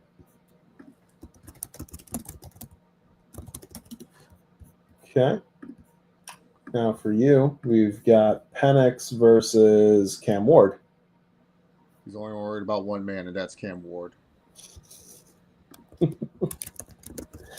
That dude's like insane level of not giving a fuck is hilarious. Yeah, no, I love him. It's great. I love that attitude. Yeah, I've got Cam Ward versus Bryce Young. I'll take Bryce. Putting Bryce so low is disrespectful. You have him at 20. I have him at 24. What are you complaining about here, sir? He's a top 20 quarterback. You just put him like he's not. Will you stop? All right. Now you have Penix versus DJ. Yeah, Penix. Finally, you get off the board, buddy. It's the bottom of the barrel after this. All right. So you put Penix there. And then I have Sam Darnold versus Cam Ward. Cam Ward. I'm willing to believe that Cam Ward will not see ghosts. I have evidence that Sam Darnold does see ghosts. Yeah, wait till Sam Darnold start and Cooper Kupp become dominant for JSN. Well, it should be JSN, if anybody. No, both of them. JJ McCarthy or DJ? JJ McCarthy. Come on now. I don't even know why I bothered asking. Come on now, man. I'm a big McCarthy believer. You know, if McCarthy played his rookie season, you might be top 10. Just saying. And I believe what Jim Harbaugh has been saying about him. DJ versus Darnold, the battle of former New York quarterbacks. I'm taking Darnold. I have enough faith that KOC helped him enough to not. He's fine. You're just a hater, bro. All right, you've got Kyler versus DJ.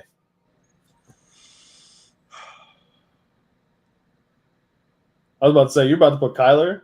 Have DJ over Kyler? Sadly, yeah. Oh my God, this is insane. This is a huge. He's burned me too many times. Can't trust him. It's like that ex-girlfriend. You want us to believe that she's changed, but she hasn't. So. All right, I got DJ versus Russ. Oh, literally again, battle of New York Giant quarterbacks. I'm gonna go DJ. You have Kyler versus Flacco. Flacco.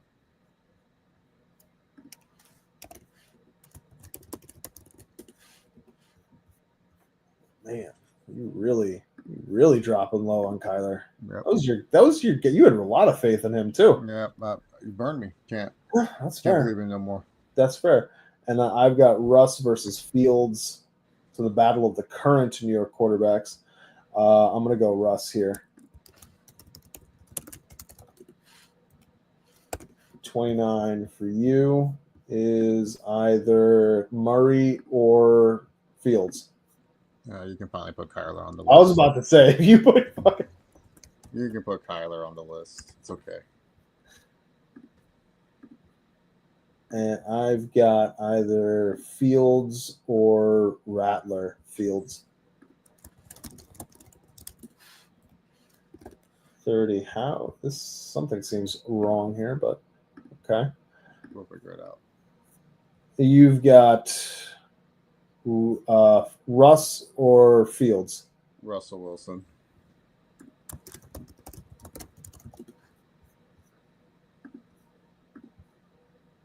And then I've got Rattler or Flacco. I'll take Flacco. Somehow we only ended up with 31. But who we forget? I have no idea. That's what I'm trying to figure out. You have Rattler or Fields?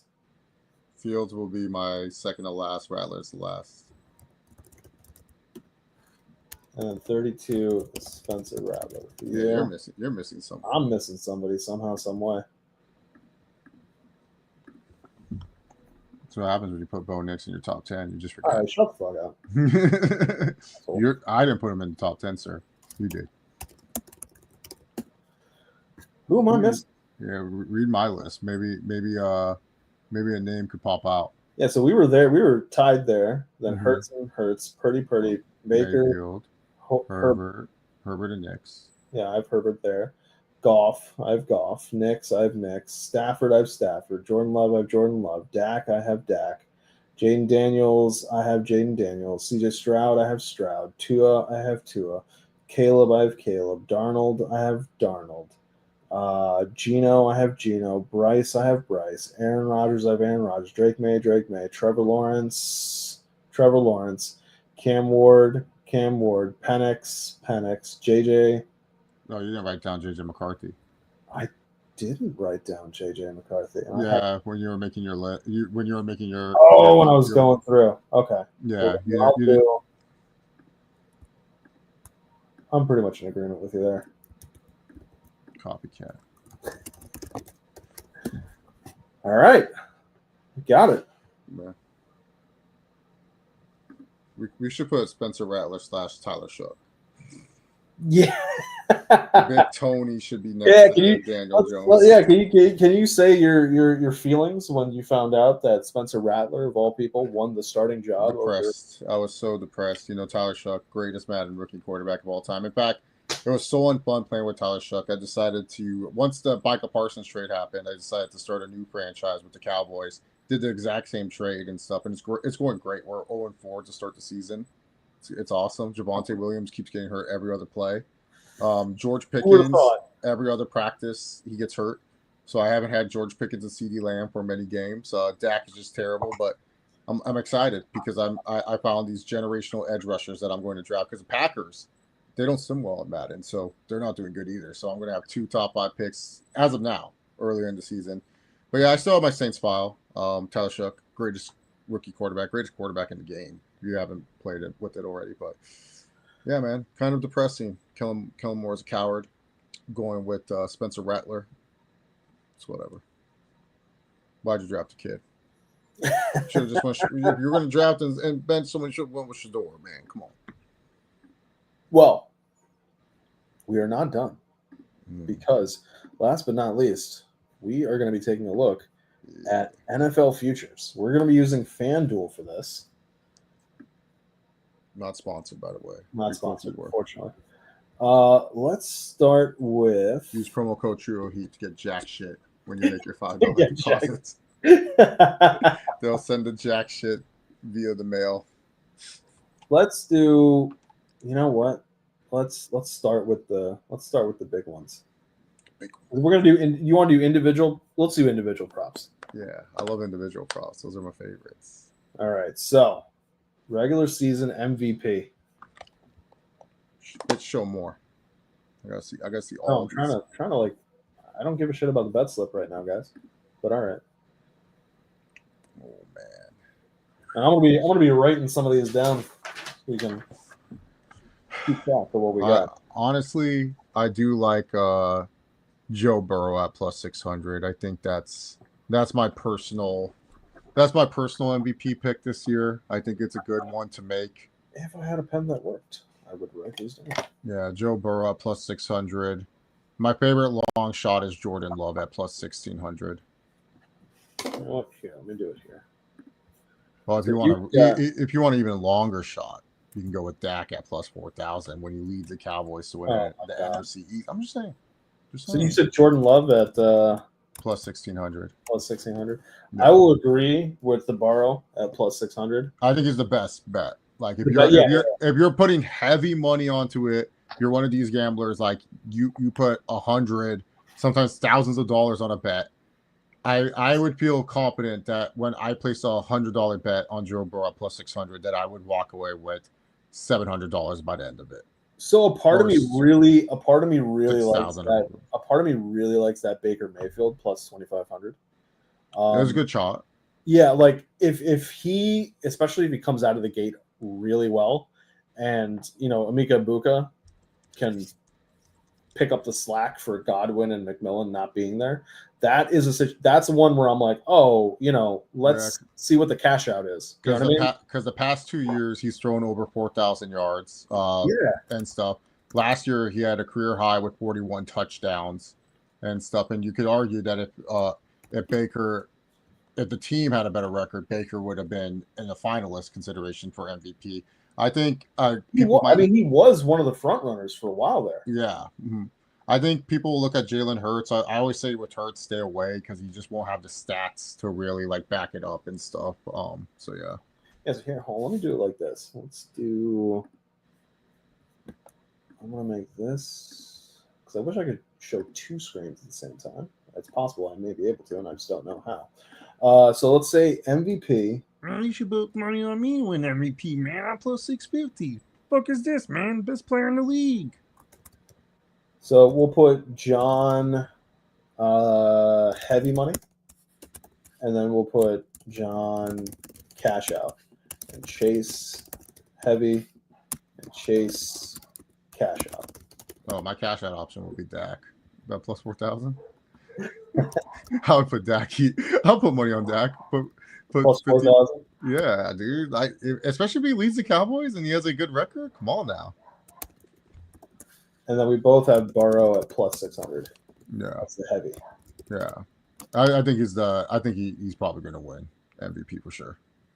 All right, our next one is Offensive Player of the Year. Ooh, I could easily see Chase because like a part of me believes that Saquon can't recreate what he did last year. Mm-hmm. He's just another year older. It is a tougher schedule. It is just a situation where it's like, I didn't think he could do it last year, so like I get it. Like, definitely proved me wrong, but like I don't know if he can recreate what he did. Chase, they're going to be throwing insanely. Now, can Chase recreate the Triple Crown? That's another question mark. Yeah. But like, I have a much higher faith that Chase will get closer to the Triple Crown than Saquon will to breaking or getting close to like breaking the record. I could also see Gibbs being Offensive Player of the Year as well. So I'm going to take Chase as like the heavy, and the guy for like the cash outs, I would take either Nico or CeeDee Lamb. For me, I go with Jamar Chase as the favorite for sure. Like he's the heavy. Like I'd put like Burrow, Chase. Burrow wins MVP. Chase wins. I don't think you could parlay these, but like just individual bets. My money, I'd feel very safe that I'm walking away with money at the end of the season. But then for offensive, honestly, if they can get him to football, I do like Malik Neighbors. I think Neighbors could have a great – he was already having a really good pace, and then he got hurt. But, man, if he stays healthy and, Wilson, who loves his moon balls, I feel either Neighbors or Thomas Jr., those are good OPOY candidates. And especially because they're going to be on bad teams, and those bad teams – somehow, are sleepers and they make the playoffs, there's a chance like we're gonna be like, I look at Neighbors' numbers, look how great he is and stuff. So you're taking Neighbors as your cash out option? Yeah. Okay. For cash outs, I go for higher odds, and then like midway through the season, I look at it and I'm like, yeah, I'll cash out. They're offering me something good here. Yeah, I'll take Nico at plus 1,600. I would not be mad if someone was like, my cash out's going to be Jahmyr Gibbs because I wanted like more of like the sure thing aspect. Yeah, Jahmyr is a good shot. It's just I don't know with this new OC. I have to see a few weeks before putting money on him. But if he gets a bunch of touchdowns, yeah, there's a chance. Defensive Player of the Year. It's going to be a pass rusher unless they all get hurt. Mm-hmm. So let's see. I want to say it's Hutch or Myles Garrett. Hutch, I could also see like putting up like what we would expect for a Hutch and getting like comeback player of the year, being a for that. I'll go Hutch.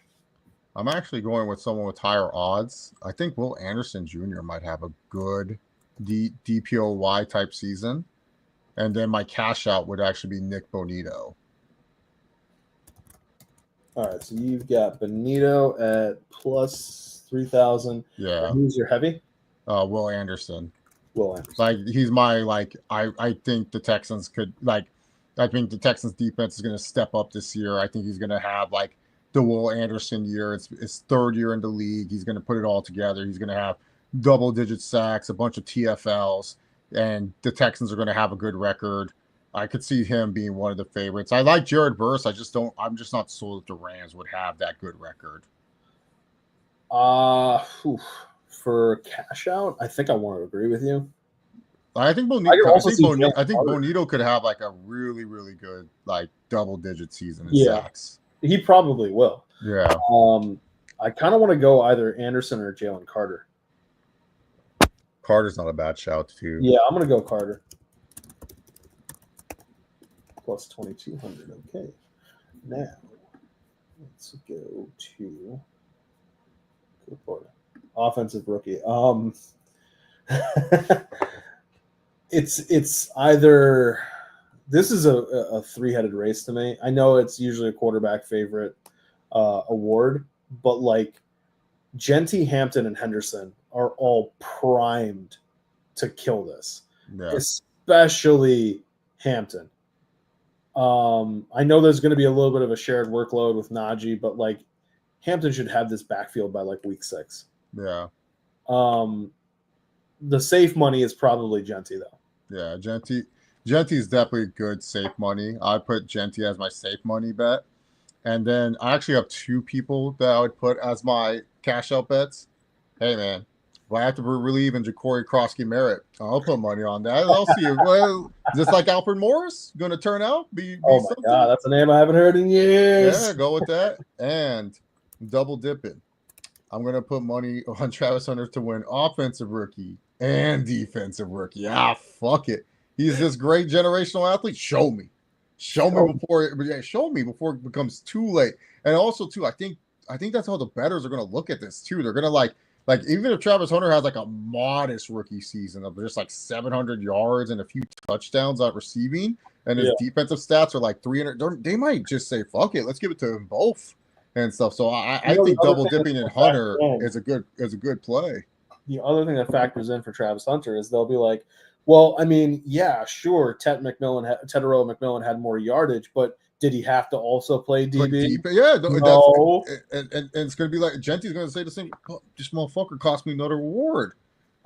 Fuck is this? Do you know who's also a really good cash out option? Ikbuka. Yeah, I think I'm Micah Ibuka. Micah Ibuka is a cash. I'm putting him down for the cash out. Yeah, I agree with that. Plus 1,600. I like that. All right, let's take a look and see who our defensive rookie of the year options are. Abdul Carter plus 185. You don't even have to think about it. It's Abdul Carter. There's no the only person on this list where I'm like, they like Travis Hunter, definitely double dipping with him for sure.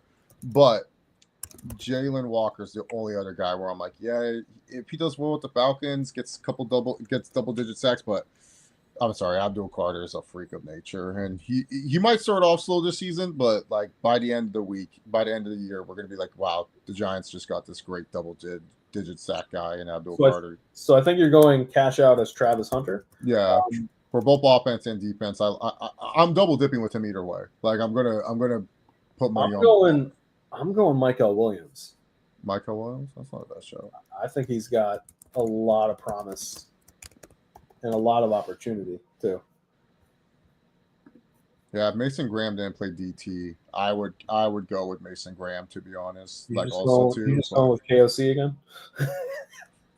Come on, dog. Where's KOC at? Where's plus 5,000? What? Yeah, they don't like giving it back to back to coaches of the year. That's the problem with this league. Honestly, I think it's between our two coaches. Sean and Harbaugh. Jim, yeah. Bro, look at this. Look at this nonsense. Explain to me how fucking Ben Johnson, Mike Vrabel, Liam Cohen, and Aaron, like Ben, Aaron, and Vrabel, I get because like they were so low, but like Liam Cohen, like I don't know, it doesn't really strike me as like They always do this. It's like coach. if they can turn around a bad team and stuff like that. Yeah, but I mean, it's what so is dumb. what is turning around the Jaguars when you had 5 wins? You'd have to get damn near 10. You know, if you're really like buying in that the Packers are going to be really good, I would say put money on LaFleur. LaFleur plus 2,200. That's not bad. Yeah, And they have LaFleur is your cash out. Yeah. All right. I think I think Jim and Sean, I think they have a great chance, especially if they beat the Chiefs this year and stuff, and they and they win the AFC, because they're not going to give it to Andy Reid no matter what he does. So they're not going to give it to Sean McDermott. So let's look at this real quick. Why is D'Amico Ryans plus 5,000? Because he's a good coach. I think he already won it too, didn't he? Or he was close to winning it, something like that. It's when you're a good coach of a good team, they don't give you the props. Like D'Amico Ryans, the Texans would have to go undefeated for him to win it. No. So here are the past winners. 2024 was KOC, 23 was Stefanski, 22 was Dable, 21 was Vrabel, 20 was Stefanski, 2019 was John Harbaugh, and then 2018 was Matt Nagy. Yeah, so I don't know why D'Amico Ryans is so low. Like that's why I don't understand why he's plus 5,000. Yeah. Like it doesn't make any sense to me unless if you believe the Texans are going to go undefeated, then yeah. All right, my cash out is going to be Todd Bowles. Yeah, I mean you got to kind of go like a little bit of the higher, right? Yeah, then you'll get a nice big cash out because that has to be the reason why Stefanski is plus 5,000, because they were like, we're not going to give him 3 of them. Yeah, basically done jack shit. Like from a overall progress standpoint. Yeah, I'm gonna go McDermott. That's not bad. And then your heavy money for coach of the year. Harbaugh / Payton. I haven't decided. One of those two. I'll go Payton. I think there's a lot of expectations on the Broncos this year. A lot of people have been falling in love with them recently. There's a lot they got. I also like Harbaugh. Look at that. I figured Aiden Hutchinson plus 270. But like the thing is too, because like the one reason is Jim. Everyone thought that award was going to be wrapped up to him last year. So I think like if the Chargers go above and beyond again, they might wrap it to him this year. Because last year they were like, oh yeah, Jim Harbaugh, but then they were like, we can't give it to him this year and stuff. So I'm going Hutch for the heavy money, and for cash out, the fact that if they give it to if Rashee Rice ever got it after getting fucking suspended for 6 games, that would be hilarious. But I'll probably go for the heavy money. Oh, sorry, for the cash out. I want to say Nick Chubb. Because Mixon's gonna be out for a bit if Chubb flashes enough, and we don't even know when he's gonna come back either. Yeah, if he wins that starting job, that's like that money's gonna be good. So I'll go Hutch and Chubb. Yeah, for me, I got Dak winning comeback player of the year because he's gonna have more stats than Hutchinson because he's a quarterback. And then my cash out's Max Crosby at plus 2,000. Crosby at plus 2,000. Remind me, did Crosby end the season hurt or something? Yeah, he did. Okay, that's why. Because I was like, I don't remember him. Like I don't remember what the narrative is or the story for him there. Yeah. Assistant coach of the year. Oh, just give it to Vance Joseph right now. I'm not betting on that. That sounds like an award that does not need my time. All right, who do you got for most passing yards? I think this is comfortably Joe Burrow. Yeah, Joe Burrow. I think Joe Burrow, and then honestly, Baker's not a bad shout to have a chance, but he's not a bad cash out option either because he's been throwing for 4,000 plus the last 2 years. So Yeah, if Baker can pull it off without Godwin, I mean, he was doing it without Godwin for Yeah, a chunk of the season, but without McMillan either, that'll be interesting. Where is Baker's plus 1400. 1400? Yeah. You got Baker as your cash out. Yeah. Let's see, who do I want for my cash out? Caleb Williams at plus 2000 is crazy. Like what? Like this motherfucker. Like, are you kidding me? The Bears don't even have a 4,000-yard passer in their history. They're lucky to get a 3,000-yard passer. Why is he plus 2,000? That's being way too generous, man.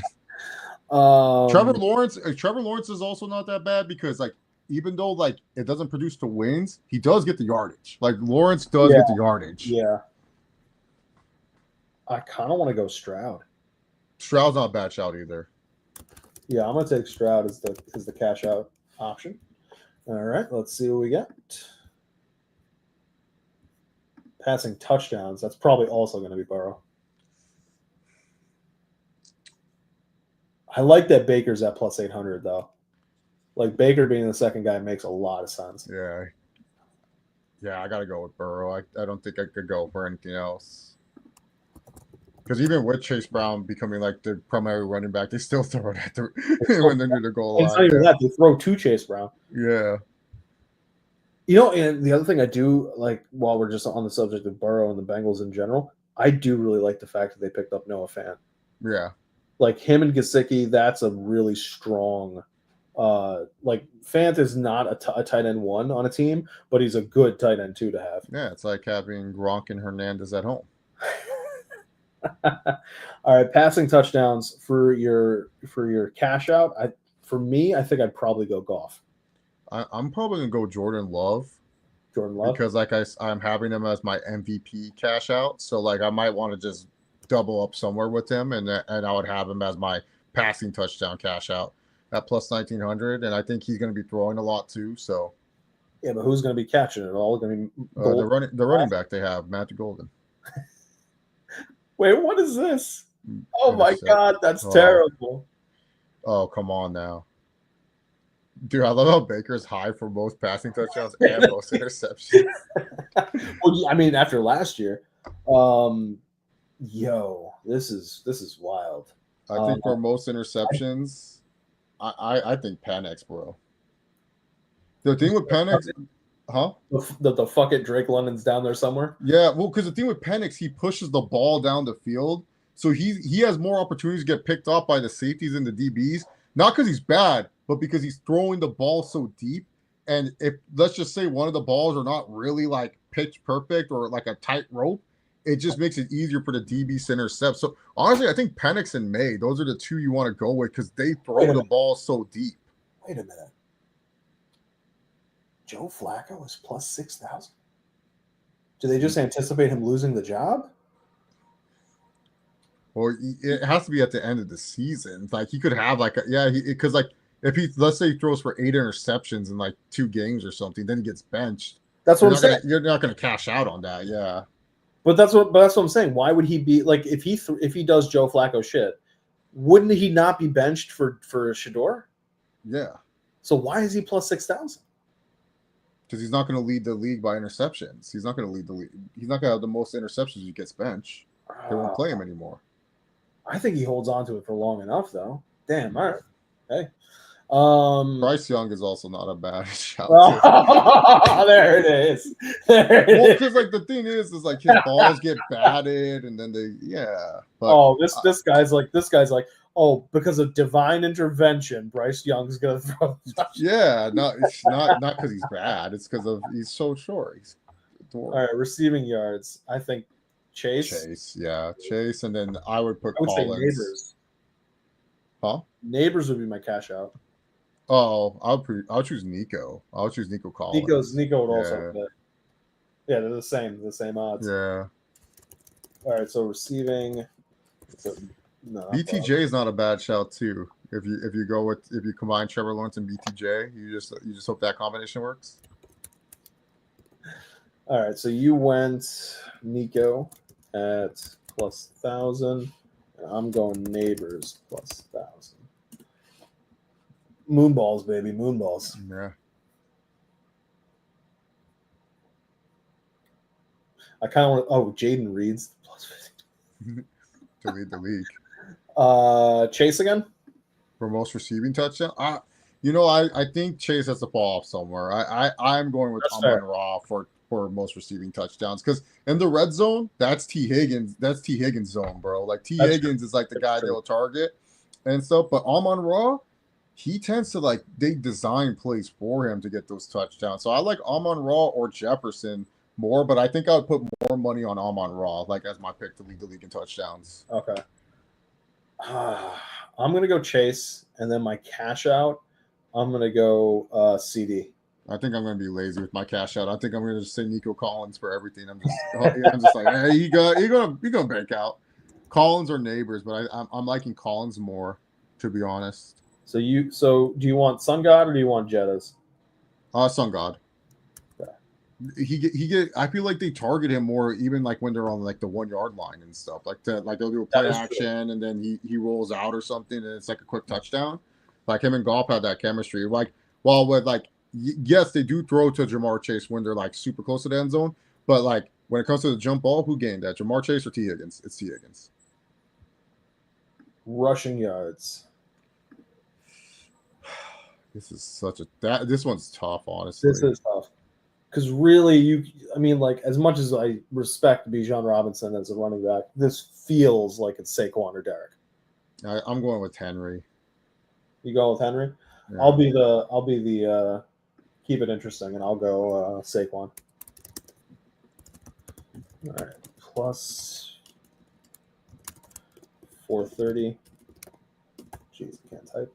And Henry is plus 500. Okay, so for cash out, Gibbs? How do you feel about Gibbs as the cash out? I think I'm debating between Bucky Irving and Kyren Williams. Kyren is always this sneaky top 10 rushing yards guy. And he can have those games, but I've seen so many Bucky Irving runs, and I just feel like they're going to put him in that backfield, and he's going to be the main guy. I wouldn't be surprised if I saw that, and I'm like, wow, Bucky Irving is leading the league in rushing. Do I cash out, or I just hold on, hope Derrick Henry doesn't have a vintage Derrick Henry game? You know what I'm saying? I could see that. Because Kyren is just so sneaky too. Jacobs, the problem with Jacobs is Jacobs, he has those games, but he's more effective in the red zone. So it's just he's not going to have the rushing yards. Same with Cook. The other aspect of it is that Gibbs, McCaffrey, HN, they get most of their stuff through the short pass yard game. Yeah, and then also too Gibbs and HN, especially most of their rushing yards, they will come when they break a long run every so often. It's not all the time that they're going to do that. Where with Irving and Kyren Williams, I think they're going to get a lot of touches. You've convinced me. I'm going to go Kyren. Yeah, I'm going with Kyren Irving as my cash out. I love Bucky Irving, but I just think Kyren Williams, he just always does this, And it's also a season where they're not sure about Stafford's back. Yeah, they might run it more too. Rushing touchdowns. Jalen Hurts suddenly pops up. Yeah, Jalen Hurts. Give me Jalen Hurts. Oh, no, wait. How much? Let me see. Let me just see. Jalen Hurts. Rushing touchdowns. I need to see. It's a lot. TDs 2024. 14. And then let me see Derrick Henry's rushing touchdowns. Derrick Henry. I think he only had 12, right? 16. Ooh. This is tough, man. But Gibbs will have those games where he'll get 4 touchdowns in one game or some shit. Oh, man. This one's actually really, really tough because I'm not sure. I'm crossing off Saquon. You know what? I think Jalen Hurts. Yeah, I think Jalen Hurts is going to lead the league in rushing touchdowns. Yeah, I'm going to go with Jalen Hurts at plus 800. He's going to be my guy that's going to lead the league in rushing touchdowns. And then for my cash out option, you got to go with the old guard. You got to just have faith he's back. Christian McCaffrey, welcome back. Take him at plus 1700. I'm doing that. I'm gonna go with my old guard. I'm gonna go with McCaffrey's back for my cash out. McCaffrey for cash out. Heavy? No, cash out. Oh, heavy. Okay. Sorry, cash out. Yeah, Hurts is my heavy. Hurts. Hurts had 14 rushing touchdowns last year. Derrick Henry had 16. But I do think Jalen Hurts, they're going to, since the tush push wasn't banned, they're going to take advantage of that shit. So, yeah. So, for me, wait, what did Josh Allen have? Josh Allen, I think he only had 10 rushing touchdowns. He didn't have like a shit ton, I want to say. Interesting. Yeah, let me see. Oh, yeah, 12. Oh, yeah, because they counted a couple of them where they threw it back to him as like rushing touchdowns, not receiving. All right, so what are you still taking Hurts? Yeah. The tush push, man. Like, dude, they get on the 1 yard line. Oh, there we go. And he just falls in there, and it's like touch. That's why Jalen Hurts is like I'm targeting him a lot in fantasy just because of the tush push and the rushing that he does. All right, so I'll follow you on the heavy, and for the cash out, I think I'm gonna go Jacobs. McCaffrey's right there. I know. Saying, hey John, I can score 3 touchdowns in one game for you. Here's the thing. I gotta see this Niners offense with these wide receivers actually get closer to the end zone. When Christian McCaffrey's back, you're gonna be like, wow, Chase was right. McCaffrey's back. he's a guy. All right. Let's see milestones. Oh shit. I'll go down to that. I want to do 4,000 plus. Wait, hold on. I just want to see where's Caleb for the 4,000 plus passing yards. Fuck's Caleb. Plus 175. That's ridiculous. They've got him plus 175 and Bo Nix at plus 210. This is honestly. Wait, hold on. Okay, because of Jettas. All right, that's fair. Never mind. I'll take that back.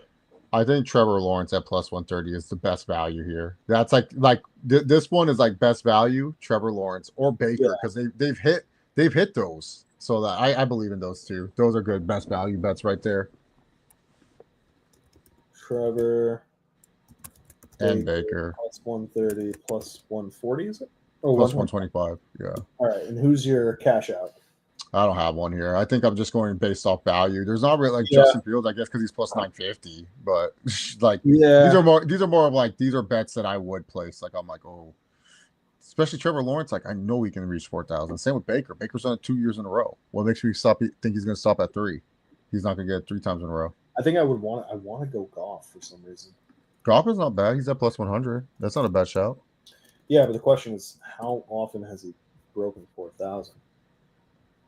I want to say twice. Oh shit! Never mind. This guy's done it 3 years running. Oh, okay. The only reason why he didn't 4 years running was because he got hurt. He only played 14 games. Yeah, I'm going to go Goff. No, that's not a bad bet. All right. Let's see. Let's say it's plus 4,500. I'm staying away. I'm not betting because it's so hard. If anything, it's Burrow, but it's Burrow. Mahomes at plus 250 is insane. Like this is not the same Mahomes. So this is actually, I wanted to get your thought. You know what? Thank you for bringing this up because I wanted to get your thoughts on this. Everybody is talking about how in training camp, Mahomes is just slinging it deep. I'm not going to do that in the game. Deep ball. Like, does that, or especially you and me as AFC West guys, are we any concerned about the idea that Mahomes might be kind of like back to form or like the vengeance aspect of it? I have to see. I get it. Like Rashee Rice isn't there for the first 6 games. Still worthy.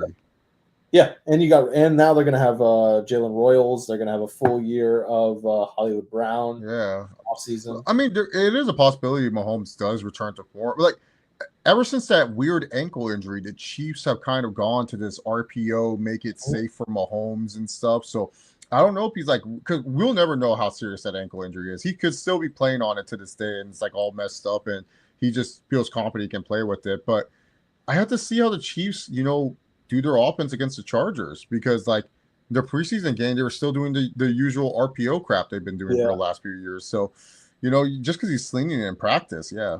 Oh man, let's get to the 1,000 plus receiving. Screw these 750 plus. That's for pussies. Let's see these 1,000 plus. All right. So the thing with, if I remember right, with this is that usually you can bundle like 6 people together or something like that. That's what fucked me over last year. Was I took 6 people and then one person got hurt Hmm. and it didn't hit. Yeah, Marvin Everybody else Harrison Jr. covered. I don't like Marvin Harrison Jr. being a favorite at all. That's terrible. Yeah, negative 110. That's if they had Trey McBride there, I'd be like, all right, yeah, sure. I'll take it. So this Tyreek is Hill the at plus 105 is DJ not Moore. bad. DJ Moore is the cutoff point. I like Tyreek Hill at plus 105. I don't think that's bad at all. Okay. Hill. So yeah, let's do this. Let's do pick six. 6 people. 6 people.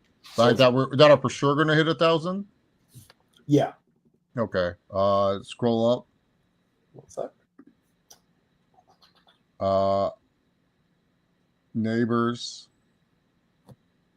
Collins. Yeah. McConkey. Mm-hmm. Mike Evans.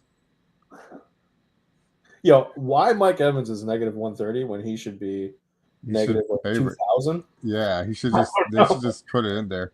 So you've got Neighbors, Collins, McConkey, Evans so far. Yeah, and then scroll down to like the plus people. Neighbors.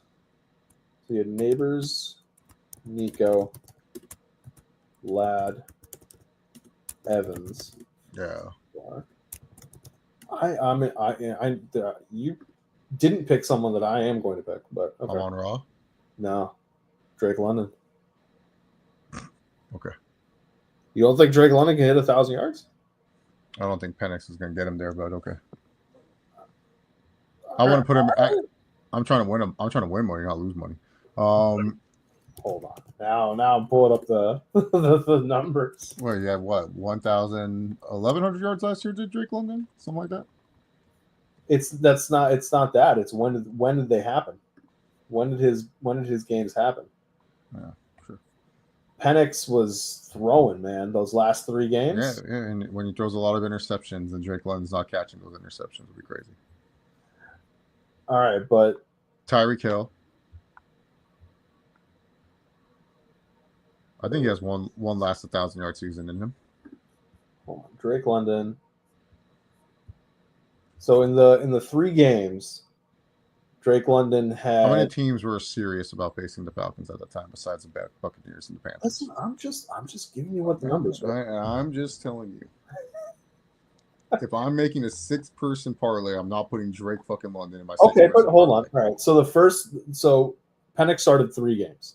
The first game, Drake London, 8 targets, 5 catches, 59 yards, and that was against the Giants. Yeah. Then they played the Commanders, and that was 13 targets, 7 catches, 106 yards. And the last game was against the Panthers, and that was 18 targets, 10 catches, 187 yards, and 2 touchdowns. That was 3 games. And that total is a little over 300 yards. You're trying to tell me that Drake London can't hit 1,000 yards over 17 games? We'll have to wait and see. All right, I like it. I like it. So you said you said Neighbors, Nico, Ladd, and Evans. Who else you got? Tyreek Hill, Cheetah. Okay. And then keep scrolling. I want a long shot in this parlay if I'm making it. Calvin Ridley. No. How is Trey McBride? Yeah, fuck it. I'll put Trey McBride in there. I was about to go say Judy, and then I see Trey McBride at plus 140. Yeah, give me that. All right. My 1,000 yards are Neighbors, London, Nico. Let me write that down. Neighbors, London, Nico. I want to say Bowers. Yeah, no, I want the only thing with Bowers for me, like, not that he's bad, it's just that the Raiders are running this weird system with him. Like he's not lining up a lot on offense. Like they're using Mayer a lot too. So like I just feel Mayer's gonna I think Bowers will get the receptions and stuff. But I don't know about the yards. Like, I don't think he's going to get the same amount of yardage as he did last year. That's my only concern. I feel like, because, like, for tight ends, 800 yards is good. It's not, like, bad. Right. I'll take Evans. So that puts me at 4 guys. How's know Trey what? McBride not favored compared over Marvin Harrison? That's crazy. That's what threw me. I'll take Ladd and I'll take McBride. So the only real difference between ours is that you've got Tyreek and I have believe in Tyreek Hill having a bounce back. Yes, sir. That's fair. That's fair. Do you want to do you want to look at the ridiculous ones? Let's do 1250. Yeah, that's fine. Oh, it's only these guys that get the 12. Oh, okay, 1250. 1250. Puka at plus 100 is not that bad. I think I would just put money on Puka. But part of me is scared with Puka's numbers this year because of Devontae Adams. That's true. Like, it's not a Cooper Kupp situation. Yeah. If I'm feeling Neighbors as I am, I would probably do Neighbors at plus 135. All right, so Neighbors. Yeah, just Neighbors. I could see a world where Ladd gets there, but I'm more on the Neighbors. Neighbors and Collins. Those are the two guys I'm really high on. So I would say those two are the only two I like from this. Wait, you're not. But if you can pick 6, you're not going to take Chase and Jefferson? Or you're just saying because the odds are so low? Because of the odds, yeah. Okay, I got it. Yeah. No, I think they'll hit it for sure. I'm looking at the plus money guys. Yeah, okay. I would also. I'm looking at like, how much money I can make off these guys, like because they're favored. Yeah, like if they're because they're underdogs. See this one, I would put money on Chase plus 170, just thinking that he can get to 1600. Also playing Chase. Plus 170. I think he could reach. He can reach that for sure. I would. You know what? I would also put Nico. Yeah, plus 320. That's not bad. Yeah. Hold on. Let me see this real quick. Because Nico Collins got close to 1400 last year before he got hurt, or if he was on pace. So Nico in 12 games broke 1,000 yards. Yeah. And the year prior, he was at 1297. He played 15 games, started 10, and was 3 yards shy of 1,300. Yeah. Yeah, Nico's not a bad shot actually to get plus 1,500. If he makes a full season, he should get close to this, or maybe even surpass it. Yeah. Well, no, he should surpass it because if he started 10 games but played 15, and he got 1,300. If he starts all 17, then he should get it. Yeah, I agree. Yeah, I'm gonna go chase Nico. Yeah, I like that Nico Collins. Just go heavy on Nico Collins and just fuck it. Go heavy on Nico Collins for all 3. Because the other thing is, who else does fucking Houston have? It's all unproven guys, rookies, or Christian Kirk. And I don't really think Christian Kirk's going to be doing that much on the team. 1,000-yard rushers. Ooh. Bijan, Taylor, Gibbs, H. I don't like any of these guys to get. Yeah. Breece Hall maybe for bounce back. The 1250s. Saquon finally shows up and Derrick Henry. They're like, you can pencil them in for 1,000 yards. Yeah. Bijan could work. Plus 100. Plus 100. Bijan at plus 100. I don't have that much faith in Jonathan Taylor simply because either one of his quarterbacks are terrible. So I will go Kyron. I think Kyron get over 1250. Yeah. Let's take a look. Let's see what Kyron's done. Because I know he's just been sneaky fucking good. And not a lot of game reps, too. Yeah, so last year, 16 games, 16 starts, 1,299 yards. Yeah. So he would have crushed his bet if you bet on him. Yeah. And he's at plus 230 this year. So 1,250, I'm taking Kyron. You're taking Kyron. Yeah, I would. For 1,250 regular season rushing yards, plus 230, that's great. 1,500. I ain't touching anyone. 2,000. It's funny how there's only 5 players listed that they feel it's possible to get this. Not touching anyone. Seems like a waste of money.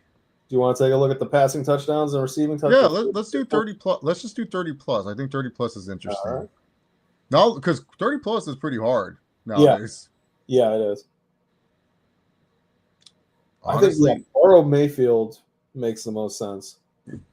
oh yeah, no, like they're favorites. I'm looking at underdogs. I could see Goff. For my underdogs, honestly, man, give me Herbert. I think Herbert gets a passing. He's back. He throws more passing touchdowns this year. Herbert at plus 290. I think you could reach that's not that. bad actually. Yeah, to just get 30 passing touchdowns. Especially if Trey Harris and Keenan Allen work out. Yeah, because like let's look at Herbie. But the question there is how much running are the Chargers going to do? Yeah, because the problem with Herbie is like he hasn't hit 30 since his second year in the league. Yeah. But I still like it. I think he comes back strong, get 30 touchdowns. I believe in that. So you're taking Herbert. I will take. I'm going to go Goff. Goff's not bad. At plus 110. Yeah. A lot of this is dependent on how well this offense moves without Ben Johnson. Right.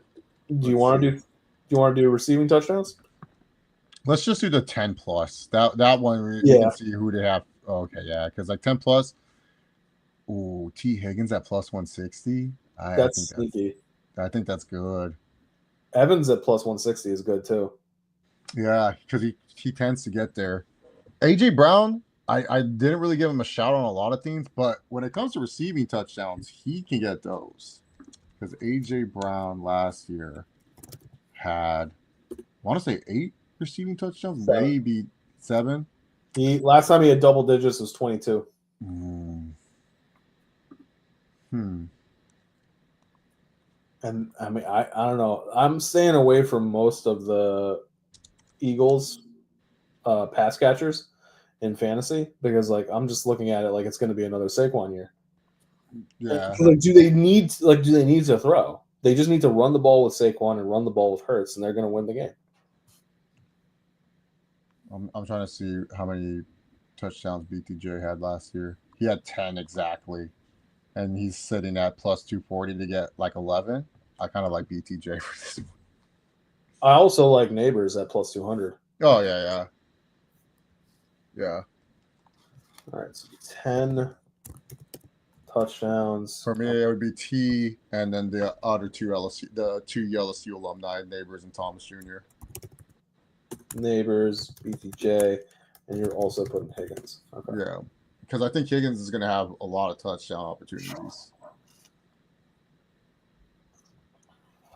The rushing touchdowns. You want to go at 10? Yeah, 10. Let's see. These two guys at the top. Yeah. Jalen Hurts is minus 220. That's funny. Oh, man. And Gibbs and Monty. Oh, man. I was hoping that's so tough. You know what, John? Put my dog Christian McCaffrey down. He's doing it this year. He's back. My dog is back, man. Oh, man. You laugh, but when this cashes, you won't be laughing. So you got CMC. Who else you got, if anybody? I'm looking at James Conner right now. Conner makes a lot of sense. You know who else makes a lot of sense? The guy right below him. Yeah. No, because Conner, he always finishes just a few touchdowns short. Because how often are the Cardinals going to get to that goal line situation to use him? That's the problem. Right. Yeah. Let me see Bucky Irvin's rushing touchdowns last year. I got to see that. Rushing. It was a pretty decent number. He had 8, and he didn't really start. That was before he took full control of the back. Yeah. I think, but I would add Bucky Irving, yeah. I'm looking at underdogs here. I'm not looking at the guys that are favored and stuff. If you want to do a favorite parlay, go right ahead. Just do Hurts, do Kyron, do Josh Allen and stuff like Josh Jacobs. But I'm looking at like underdogs that can get there. 12 plus. Josh Jacobs would be interesting. Yeah, I like that. I like, honestly, I would combo Gibbs and Monty. I'll just combo both. You know what's fascinating is Gibbs is plus 135. Gibbs and Monty are plus 135 and plus 145. Yeah. 12 plus regular season touchdowns. And here they're negative 130, negative 125. That difference of 3 touchdowns. Yeah. So yeah, for the 12 plus, I would take Jacobs. Yeah, Gibbs had 16 rushing touchdowns last year. You know who else? Wait, pull up Kyron's numbers. Kyron rushing touchdowns. He had 14. Yeah, that's another. I'm gonna go Kyron and Jacobs. And Monty just had 12 on the button. Yep. Yeah, I think I would parlay Kyron with the 2 Lions running backs. That could be worth it.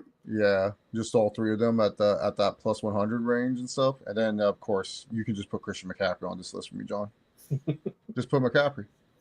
I'll do it. I got you. Yeah. All right. I'm curious to see what they have Bo Nix's season total passing yards. That's disgusting. I like that over. Yeah, I was about to say that's disgusting. The man had 3,775 passing yards. Yeah, I think he's gonna have. Didn't play well the first couple of games. I think he get close to 4,000 this year. Can you go to Purdy next? I want to see Purdy. I'm curious in his. Not enough juice for me. I can't see that. I can't see 3,850.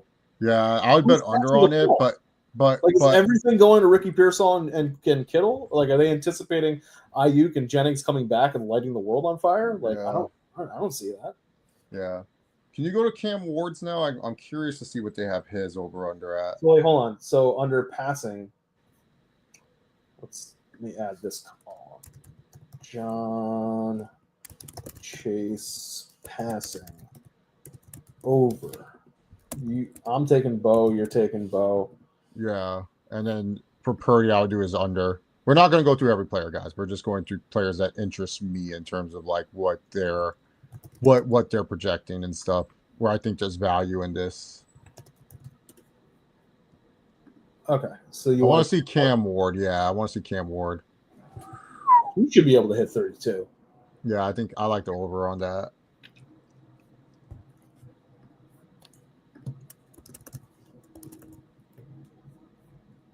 All right. Keep scrolling. What's JJ's? They're giving him the Jetta's bump. I'm putting under. There's no way I see him getting that.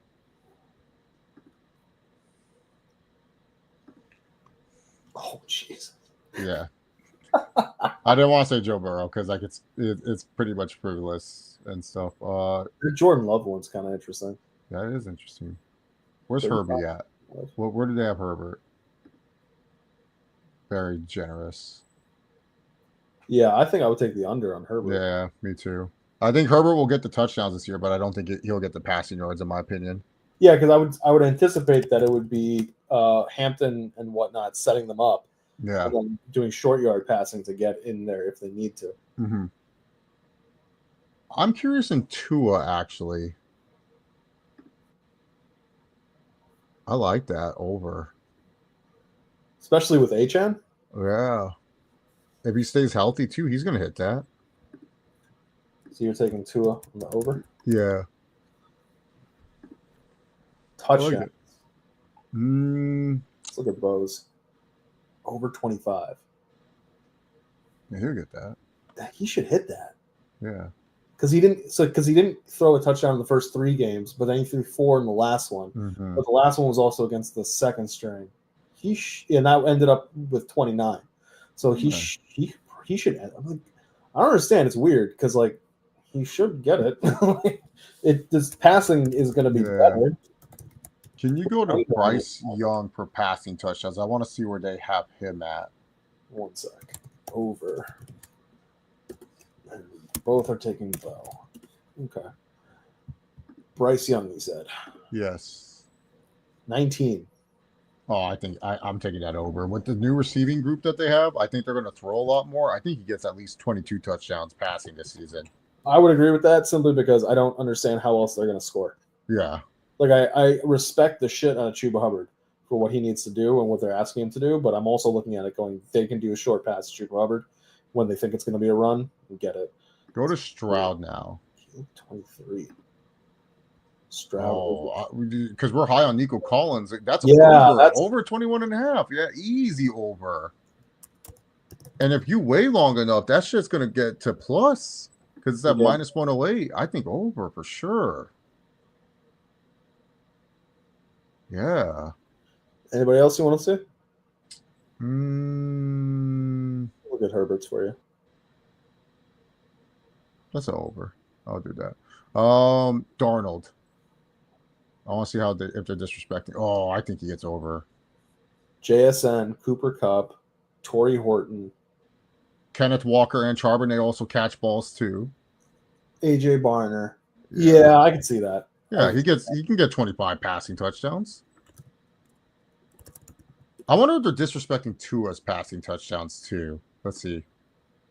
Nah. If it was at 20, I would bet this, but 22.5, I'm good because what if he gets hurt? You know what I'm saying? Yeah. I'll bet the yards because I know Tyreek and Jalen Waddle can get those yardage and stuff, but it's passing touchdowns. I don't know.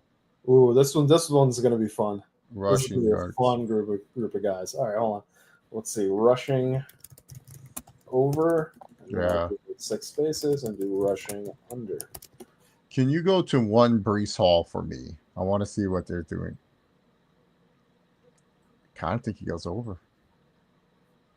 You think so? Yeah. I'm big on Breece. I think Breece is going to have a bounce back year.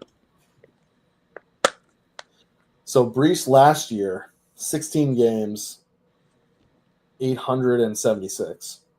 The year prior, 16 starts, 17 games, 994.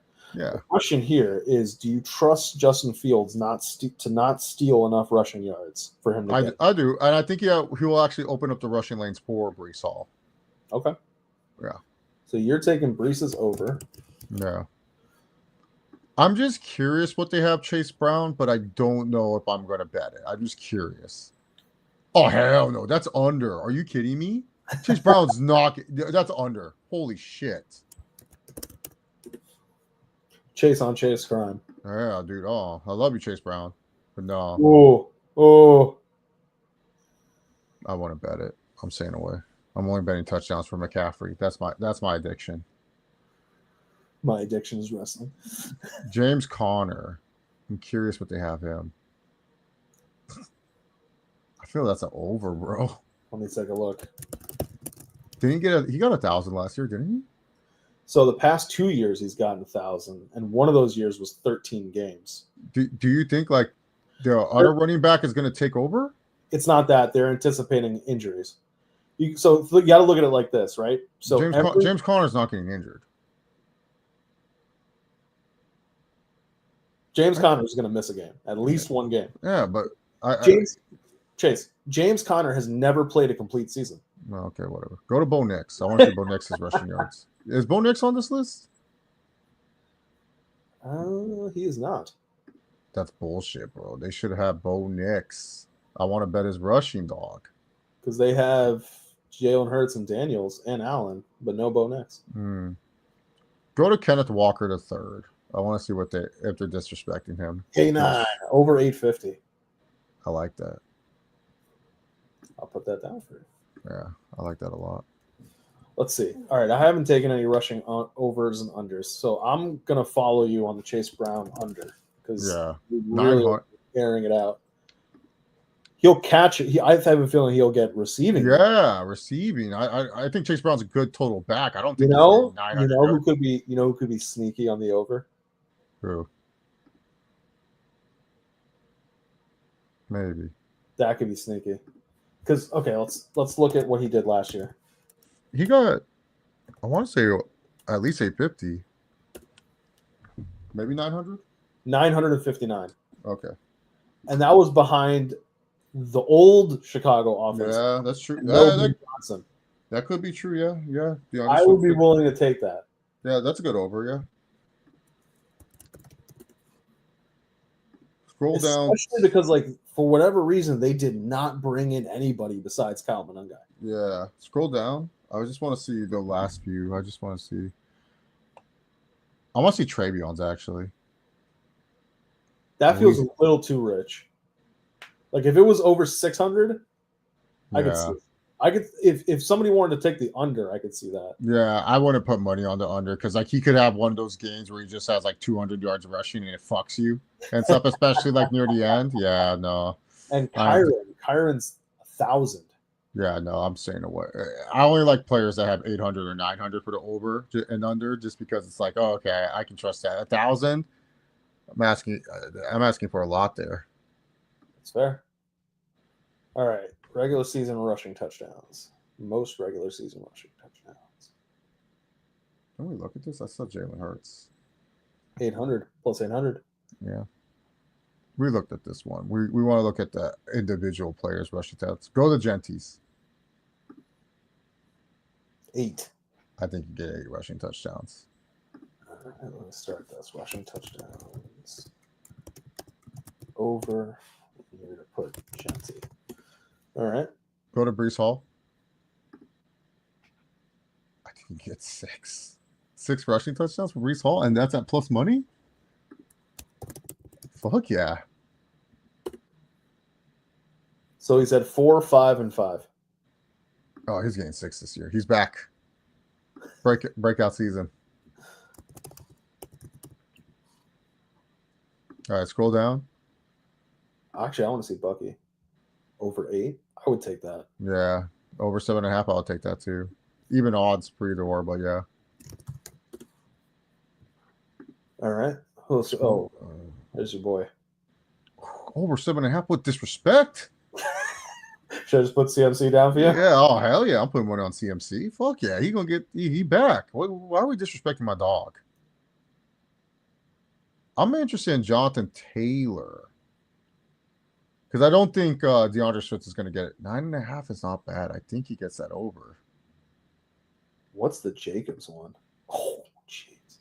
Yeah, I'm not touching that. That's because you put him down for 12 plus. Yeah, I know, but speaking, you would have to take the over 10.5. Yeah, I guess I would. Especially at plus money. Yeah, that's true. Not bad. Put you down for Jacobs. So what about Kenneth Walker? K9. The problem is the charts. Yeah. I think 6 under. I'll take K9's under for rushing touchdowns. Rushing touchdowns. Under. You know they're going to have these weird design plays where Sam Darnold rushes for a touchdown, you know? Yeah. What about Kyron? I wish it wasn't even money. If it was plus, I would take the over. I don't like the even. All right. We can go to receiving props now.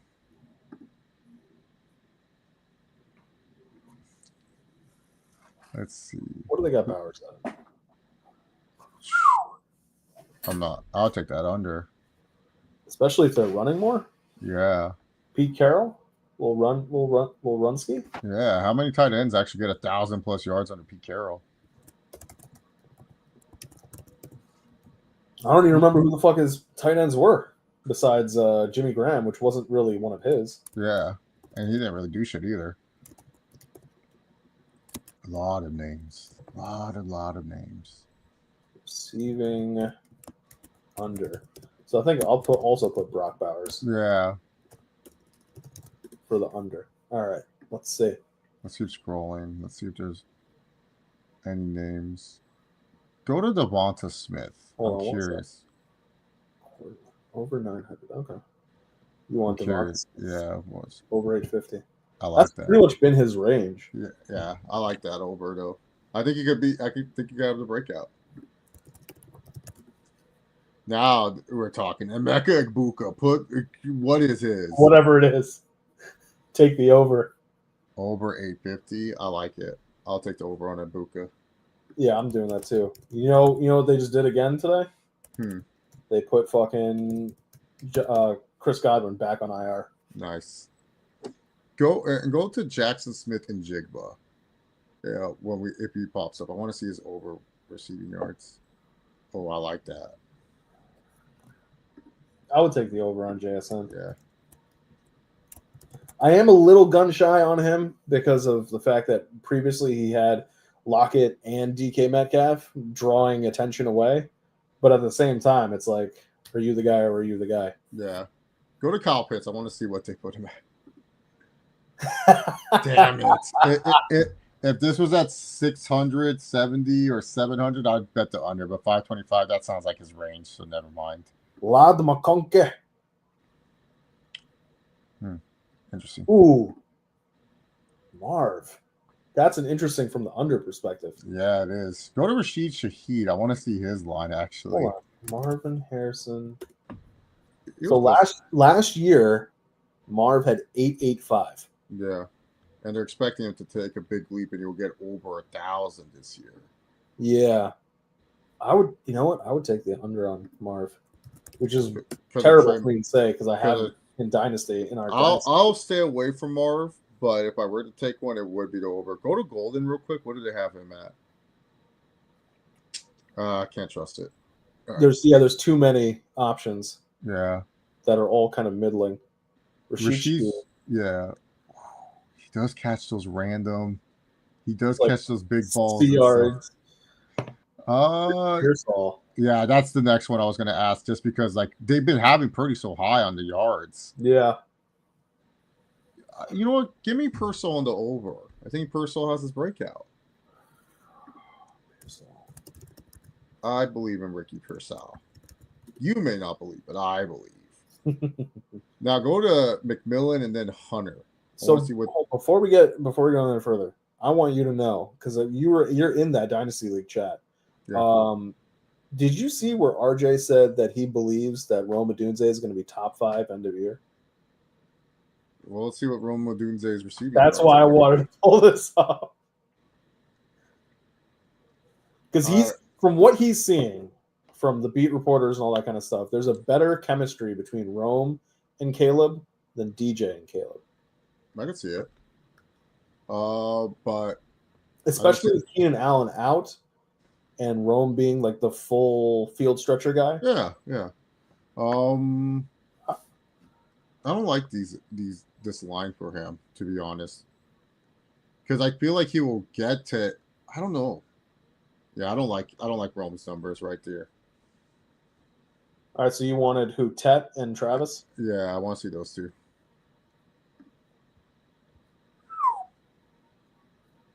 I like McMillan's over. And I think Travis Hunter's under is good because I think he'll get 700 yards receiving.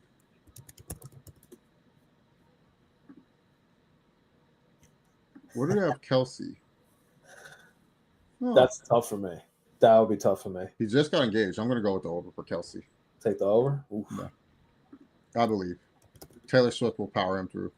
You know, if you think about it, this is like the destiny year for the Chiefs to win again. Yeah. I hate that shit, man. All right, touchdowns. Cortland Sutton, definitely over. Yeah, 6.5. Yeah, he's getting 7 or 8. Receiving touchdowns over. Both taking Sutton. All right. Go to DK. I'm curious. 7. Nah, I don't like it at even odds. Not enough to put money on it. It's Cortland's. Well, negative 128. Okay. Yeah, but that's like if I put that, that's fine. Now let's go to our dog Ibuka. Oh, what? Fucking what? Yeah, we're going over 4.5. Yeah, I don't care if it's minus 166. That's I'll place $166 to win 100 on that for sure. Garrett, that's intriguing. 5. Can I trust Justin Fields? So here's the thing. Hold on, let's do a little context. Garrett Wilson, for all his years, 4 touchdowns, 3 touchdowns, 7 touchdowns. The 7 was with Rodgers. That full season of Rodgers. I'm gonna go risky with this. I'm taking his under. Under? Yeah. All right. I'll be risky. As Romeo would say. Actually, speaking of which, we didn't look at that with the receiving yards. Lord, now they're all. What, Wilson? Yeah. I feel like he's gonna get the yards. I just didn't care to see. Well, I'm interested to see what the number is. Oh, right. Yeah, I guess. Garrett Wilson over 9. So they're saying, so every year, regardless of the quarterback, He'll get the yards. Broken 1,000 yards. Yeah. So would you take the over on that 950?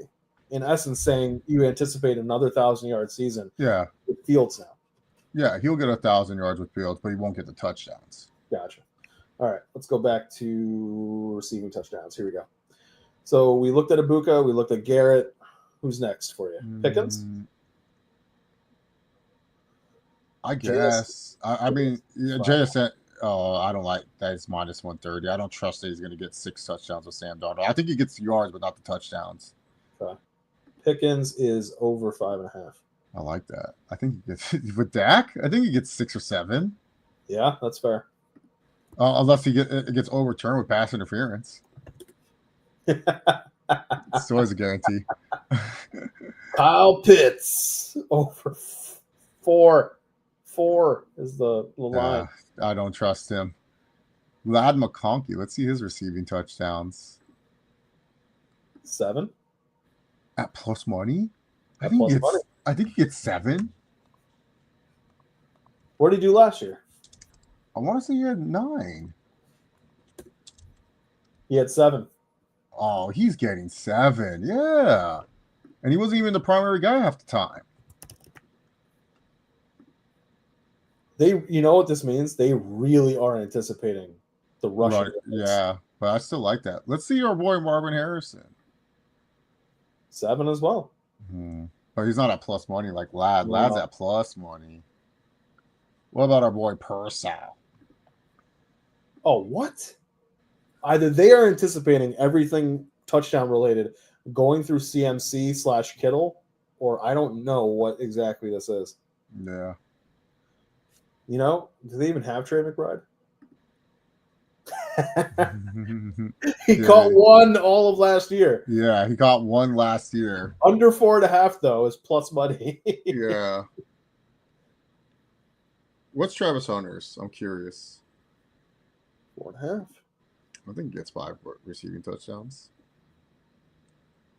And Tet's is also 5. That's kind of weird. He's such a big target. I feel like he's going to get targeted in the end zone. No, I like his over. Yeah, I can see why the under is like plus 112. Like, I wouldn't touch that under. Go to my dog, Kelsey. Let's see what Sam's like. You know what? I think Kelsey, he could do the receiving yards, but I think the touchdowns may not be the same. I'm going to go with the under 4.5. You know who we have not really talked about? Both yardage and for touchdowns?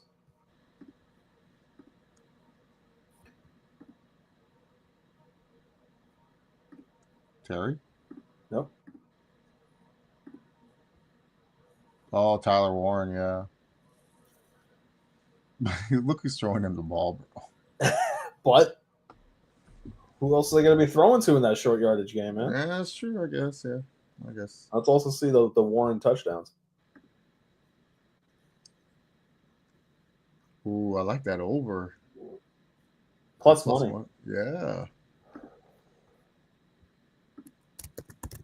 I'll also go Warren.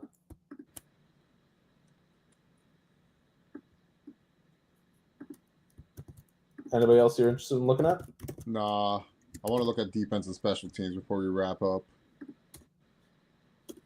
All right. We don't need to see these team specials or stage of elimination. Oh, that's interesting. Yeah. Some of these are freaking interesting. Yeah, we don't need to see these. I just want to see defense and special teams. I want to look at the interceptions and sacks and stuff. Okay, here you go. Let's see. Go to my dog, Jared Verse. I made a lot of money off him last year. Sacks. All right. Jared Verse. 8.75. So 9. I think he gets that. So you're taking Verse? Yeah. I'm telling you right now, I'm going full homer. Nick Bonito? Any Bronco. Over. Oh. Go down to go up to Brian Burns. We didn't see him. I want to see what his. I like 9. that over 8.5, 9. I think you get 9 sacks. He's good enough. What do they got Carter at? 8. Yeah, he's gonna crush that. That's easy money. We gotta look at the tougher guys. So you're taking Burns? Yeah. All right. Over. Yeah. I think I'm he gets 9 Carter. sacks. Let's see. Nolan Smith. Don't like that at even. Go to Bonito. Ooh, over 10 at minus 110. I like that actually. Could become plus money too. Yeah. I like that. I think he gets double digits again.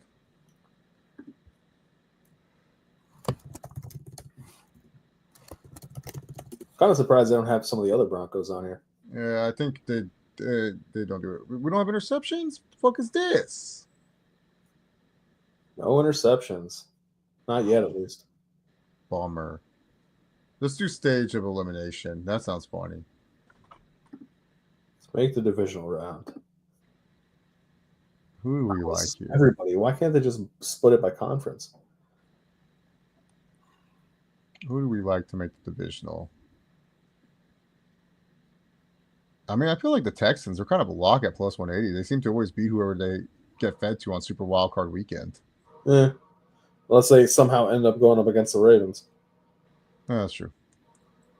Broncos and Chargers not bad at plus 220 and plus 210 respectively.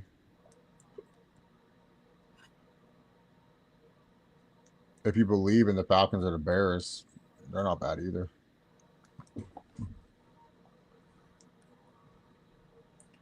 Oh, let's do to make a Super Bowl. That's crazy. They are anticipating Eagles-Ravens. You know, I'm going to go with my pick of the Bengals and the Vikings. Bengals at plus 1,000, and then where's the Vikings at? Plus 1,200. Like it. That's my picks. All right. What do we have for stage of elimination? Like when they won't make the playoffs. Go to the Cowboys. What do they say about my Cowboys? When are they being eliminated? Miss the playoffs, negative 310. That's ridiculous. They're going to lose in the wild card. Come on, guys. Wait, so you got to wonder, what is the Bengals? Because you're a Bengals-Vikings, right? Yeah. Win the Super Bowl, plus 1,900. So I'd have them win the Super Bowl. And then the Vikings win the Super Bowl, plus 2,500. But I would have them lose the Super Bowl because I have the Bengals winning this year. No, I know what I'm saying. Either way, those are. Yeah. If you got faith in them. Yeah, I do. I do. You know what? Let's do a little early.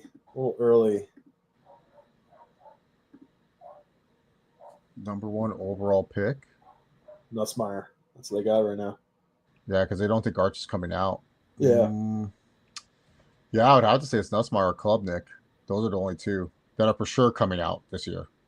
These are pretty much all quarterbacks. Yeah. Oh, Caleb Downs is there. Okay. Yeah, because Downs is a freak. Best player in the draft class. Is there any quarterback that I could see rising on this list that's just random? You know, Jalen Daniels, if he's healthy, there's a great chance for him. Over here? Yeah, Kansas quarterback. He's very athletic. He's just a very athletic human being and stuff. So I could see how long has he been playing, or the starter? 3 years. Okay. This is his 3rd year, but he's been with injuries. He's kind of like Penix, where there's been injuries, concerns, and stuff. But he's very athletic. Can you scroll? I want to see if I want to see someone else if he's on the list. Wait, I don't know. How is this kid? Oh, he's turning 23. Yeah. And he's had 1, 2, 3, 4, 5, 6. He's in his 6th season. Okay, yeah. He got hurt last year. Last year he was going to come out, and then he got hurt, and then he redshirted. Who do you want to look at? Keep scrolling down. I want to see if certain players here. You know, This is there's something about this kid. Kind of reminds me of Baker a little bit. Diego Pavia, Vanderbilt Plus quarterback. 12,500. I'm just saying, Baker wasn't really that high up and stuff, man. Like I think there's a chance. Maybe they're expecting him to go back to school. Maybe So that's why. imagine putting $1 on that and it hits. Maybe you should. Maybe I will. Maybe I believe in Pavia, but he gives me Baker vibes. Just that guy everyone doubts, and he's a lunatic. I kind of like it. Yeah, he gives me Baker vibes a little bit. Because Baker's wasn't that great physically, and he got drafted number 1 overall. I was hoping competition quarterback wise. He had a lot of competition. His draft was pretty stacked, I remember. People were shocked that he was chosen number 1. They're like, "What? Mayfield? Lamar? You went against Lamar?" People weren't expecting Lamar to be first overall because they're idiots. Saquon was the 102. Darnold was the 103. Yeah, people like Darnold more. Josh Allen was the 107. Yeah, and people I thought Josh Allen was a great prospect. That's fair. So scroll up though. The one I was looking for was Byron Young, USF quarterback. I think he has nice athleticism to him. Yeah. But if it's a realistic bet, I would put money on Arch Manning if he comes out and stuff. Oh, yeah. But like for long shots, if you guys just wanted you say, yeah, fuck it, I just want to bet some decent money and stuff like that. Caleb Downs is not that bad of a long shot, but I'm talking about quarterbacks mostly because they're the ones. Yeah, I think Jalen Daniels and Diego Pavia, they have qualities that I could see making it to the they have qualities.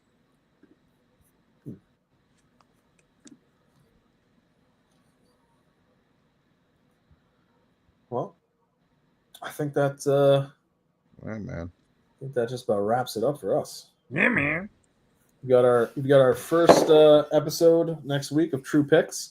Oh, yeah. So you and I will have to figure out Tuesday or Wednesday how that'll work out, because now we're back to having to do it fairly early and then the week as the odds come out. Well, John, I'm here to say both days. I am free in the night. Tuesday and Wednesday, yes. But yeah, we've got a bunch of these fun games to pick. But until next time, guys, we want to thank you for tuning in, as always, here on the True Hilliard Sports Entertainment Channel. And until next time, remember, take care of yourselves and each other. We will catch you all later.